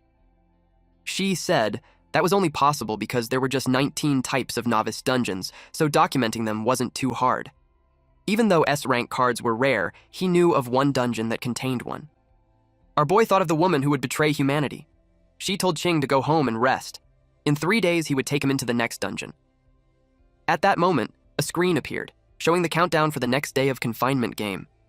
Rui had just changed her class, and now she understood. She had to rely on herself to grow stronger. While she needed to meet a certain woman to enter that dungeon, the S-rank card, Freedom, he possessed, allowed him to enter and exit dungeons at will. The only requirement was having a locked coordinate. He met the woman who once introduced herself as his ex-girlfriend. She didn't expect him to seek her out. The last time they met, he rejected her, and she thought their connection had ended. She told her to skip the small talk. He knew she had already gone through 2 dungeons in Day of Confinement. She admitted it. Thanks to luck, she had managed to survive both times. In his past life, he had met her like this too. Back then, she had already become a servant of the evil gods. She sold her soul to them. But that wasn't true survival. She was immune to spiritual influence, so he could clearly see the evil god aura around her, something normal people couldn't detect. That meant inside the dungeon, she had helped the evil gods wipe out every human there. Only then did they grant her that aura and spare her life. Just one more dungeon, and she would become a complete servant of the evil gods. She asked him why he came to see her. With just the 2 of them alone, she hinted at something more. She believed that if she could tie him to her, she could control him. In her mind, she planned to let her god devour the world's #1 player, just so she could survive. She was tired of this cruel game. She even thought of using his life as her way out, but she simply said he would join her next dungeon. She was surprised. She hadn't even told him yet, and he offered on his own.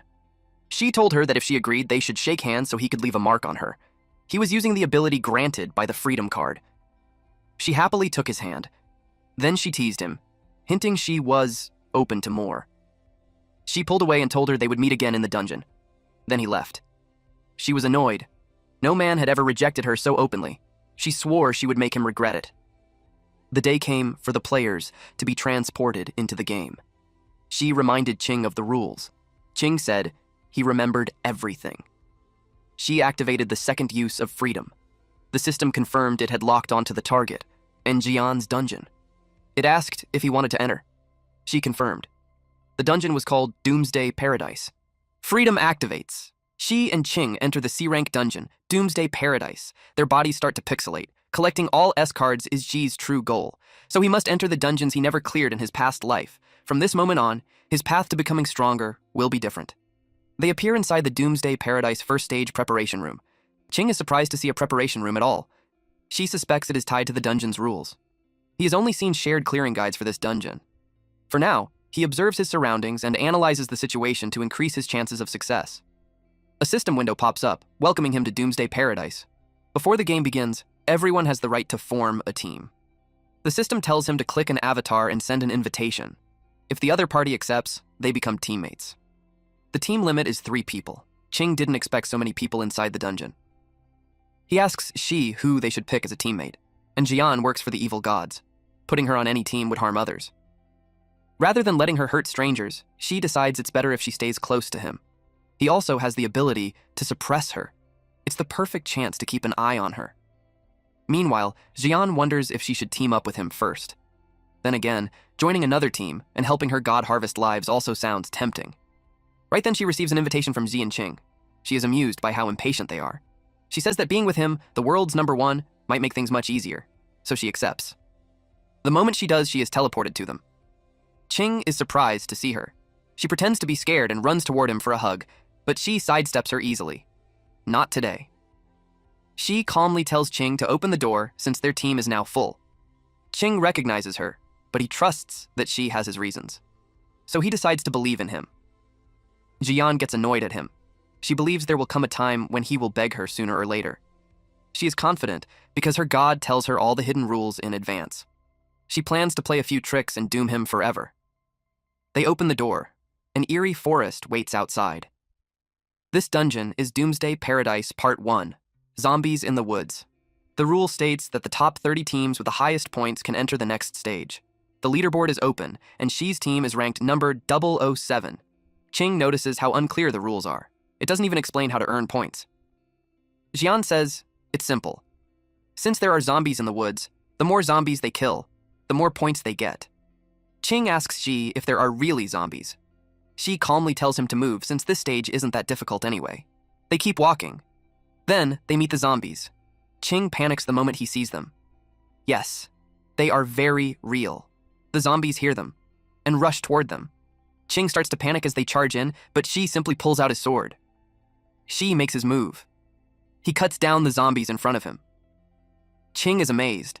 In real life, it's impossible to feel someone's power this clearly. But seeing Xi fight, only one thought comes to mind. Like a god walking on Earth.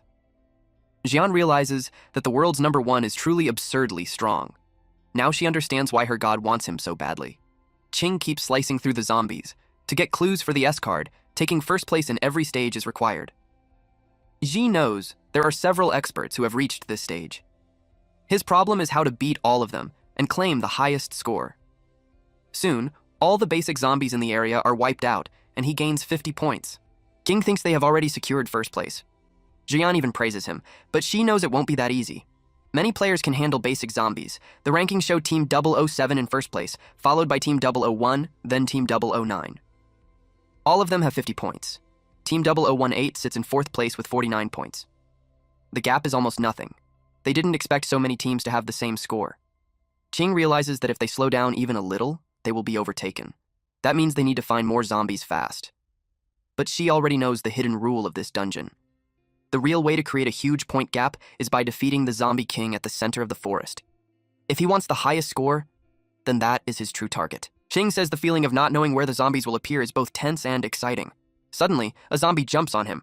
He falls to the ground as the monster pins him down. At the same time, the second wave of basic zombies appears. She asks if he can handle it. Qing says yes. He doesn't want to be a burden.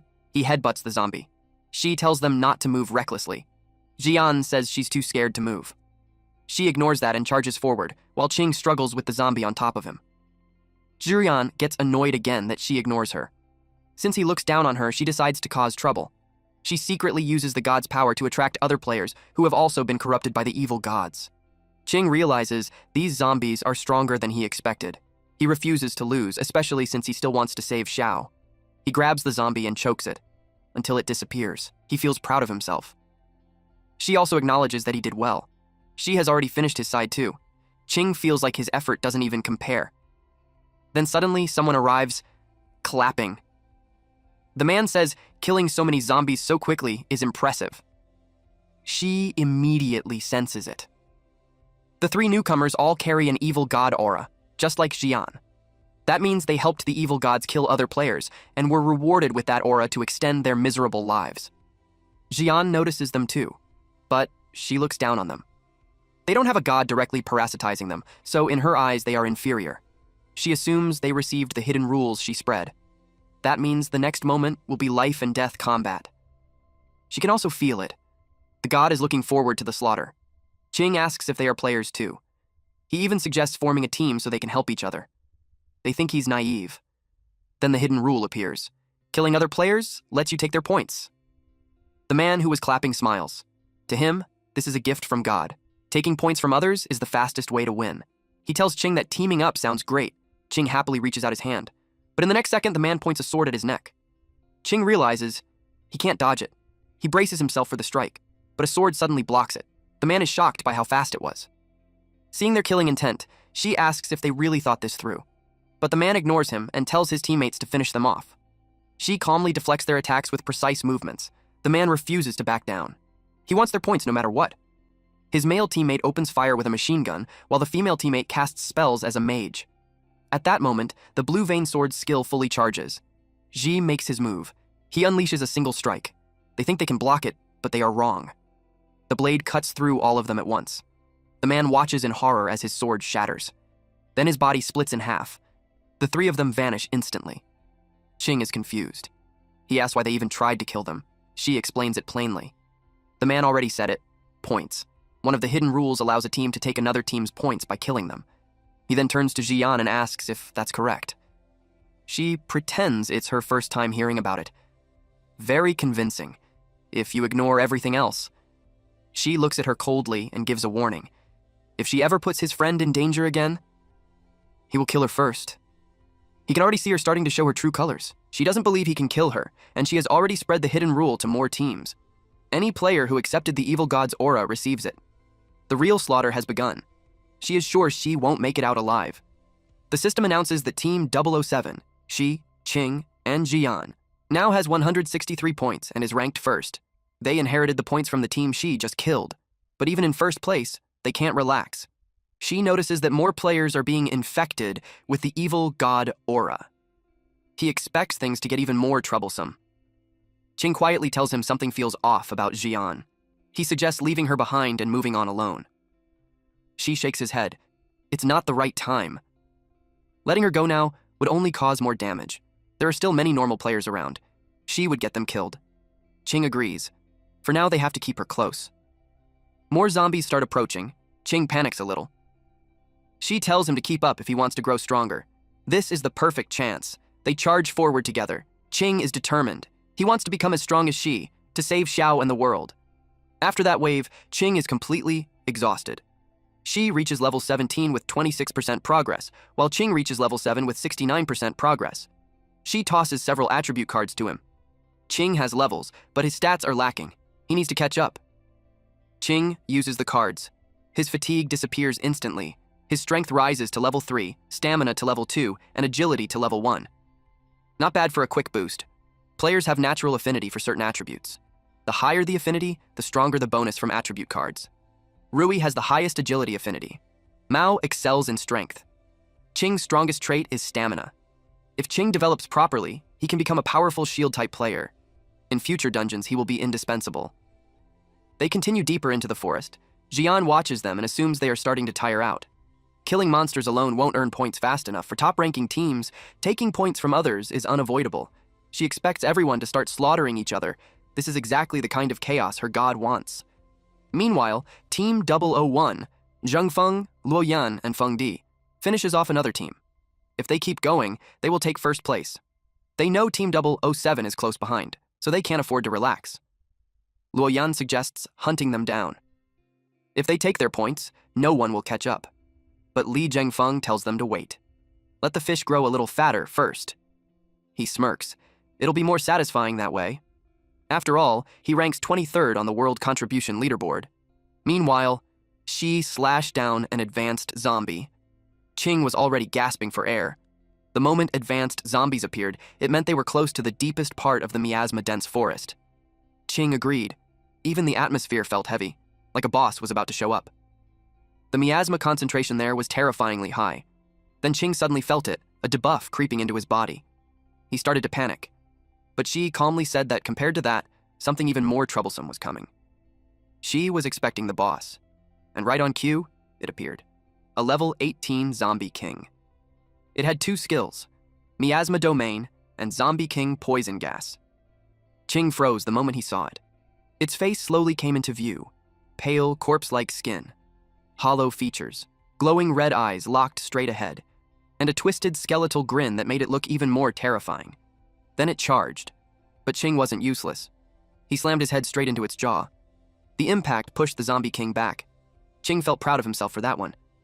She noticed it immediately. Qing's stamina affinity was abnormal. If he could develop that skill further, becoming the strongest divine shield wasn't impossible.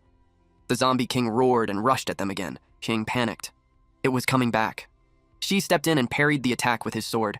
He told Qing to move aside. This wasn't something he could handle. She would take over. But the Zombie King didn't stop. It kept attacking relentlessly. She blocked each strike, but he quickly realized something. The creature's body was incredibly tough. Normal slashes wouldn't break through.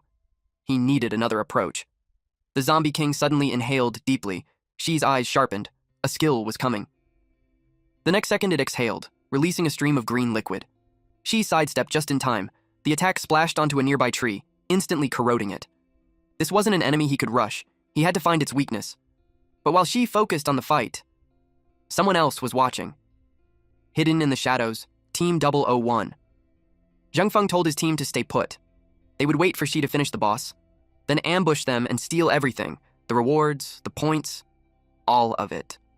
The Zombie King rushed straight at them. Xi didn't hesitate. Every creature has a weak point, and most of the time, it's the neck. So he aimed for it. His blade slammed into the Zombie King's neck, and nothing happened. That's when he realized this thing's weak point wasn't where it should be. The Zombie King instantly swung back, claws slicing toward him. From the side, Jian watched with a devilish grin. In her mind, this was obvious. Treat monsters here like normal enemies, and you pay for it. But Xi stayed calm. With the boost from surging wind, he was confident. Speed alone could overwhelm it. He shifted and slashed across its chest, but the monster countered immediately. No damage, no hesitation, just pure retaliation. Xi's eyes narrowed. Hitting it didn't work. Dodging forever wouldn't work either. So where was the real weak point? Then it clicked. Qing. Earlier, Qing had managed to hurt it, not with a blade, but by smashing into it. Right then, the Zombie King inhaled deeply. Xi locked onto that movement. That had to be it. Qing saw it too. He panicked and shouted for Xi to dodge before the poison came out, but Xi didn't move. Instead, he said calmly, "This next strike would decide everything." And then, he charged straight in. The Zombie King froze for a split second. It didn't expect that. Xi's attack landed clean. The monster let out a piercing scream. Its HP dropped to 72%. And just like that, Xi confirmed it. Now he understood why Qing's reckless charge worked earlier. That inhaling moment, that was the opening. Jian clenched her teeth as she watched. He figured it out way too fast. Then a voice whispered inside her mind. The god. It called Xi interesting. Said it wanted to devour his soul. It told her to wait. When the moment came, it would descend into her body and take him. She quietly agreed. But inside, she was already irritated. Every time that thing possessed her, it left her drained, sore, barely able to move for days. And now, because of Xi, she'd have to go through it again. Zhang Feng, on the other hand, was impressed. He could tell. This guy wasn't normal. Strong, calm, sharp instincts. He started wondering where Xi ranked on the leaderboard, and more importantly, when he'd get to fight him. The Zombie King roared again, furious now. But Xi just looked at it like it was already dead. He told it plainly, its weakness had been exposed. There was no point struggling anymore. Then he kept attacking, again, and again, and again. Each strike hit the same spot, relentless, precise, until its health dropped all the way down to 9%. The monster dropped to the ground, landing hard on its backside. Xi stepped forward. This was it, the final blow. But right as he moved, another team rushed in, Team 001. Xi caught the movement instantly. They weren't here to help. They were here to steal. Before he could react, Zhang Feng charged in and slammed into him, knocking him off balance. And in that single opening, the other two members moved in and cut off the Zombie King's head. Clean, fast, shameless. The system notification echoed. The Zombie King had been killed by Team 001. 100 points awarded. Xi froze for a split second. Qing immediately snapped, cursing them for stealing the kill. Meanwhile, Jian just watched, almost excited. She could already smell what was coming next. Xi's eyes locked onto one person, Li Zhengfeng. So that's who had been hiding in the shadows this whole time. Zhengfeng raised a brow, clearly amused that Xi recognized him. He even bragged. Seems like his name carries weight. But Xi didn't hold back. Yeah, he's famous. Famous for being disgusting. He already knew everything about him. helping evil gods wipe out players inside dungeons, robbing people of their cards, even kidnapping children in the real world for ransom. Zheng Feng didn't deny it. He just smiled wider, then said he was in a bad mood and needed to kill something to calm down. Level 15. Weapon: giant heavy sword, level 6. Strength level 3. Stamina and agility at level 1. Not weak, not at all. Beside him stood Luo Yan, masked, level 13. Weapon: bloodthirsty dagger, level 4. Balanced stats, both strength and agility at level 1. And the last one, Feng Di, level 12. Steel brass knuckles, level 3. A full squad built for close combat. Qing could feel it. These guys weren't pushovers. Even Ji Yan suggested backing off, but Zheng Feng had no intention of letting them leave. To him, killing them and taking their points was the real reward. Then Yan spoke up. The Zombie King dropped something. A weapon card. C rank, shield type, level 10, corpse. Poison reflector shield. Strength plus 3, stamina plus 5, agility plus 1, and a skill, corpse poison spray, corrosive effect. Cooldown, 5 minutes. A perfect item for stamina type players. High value, high demand. Qing felt the sting immediately. That reward should have been theirs. But she didn't look bothered. He simply said they could take it back. His eyes briefly landed on Qing. That shield fit him perfectly. Zheng Feng noticed that look. He grinned. So they chose to fight. He mocked them. Just the 3 of them, that's all. Then told them to hurry up and die. She didn't bother replying.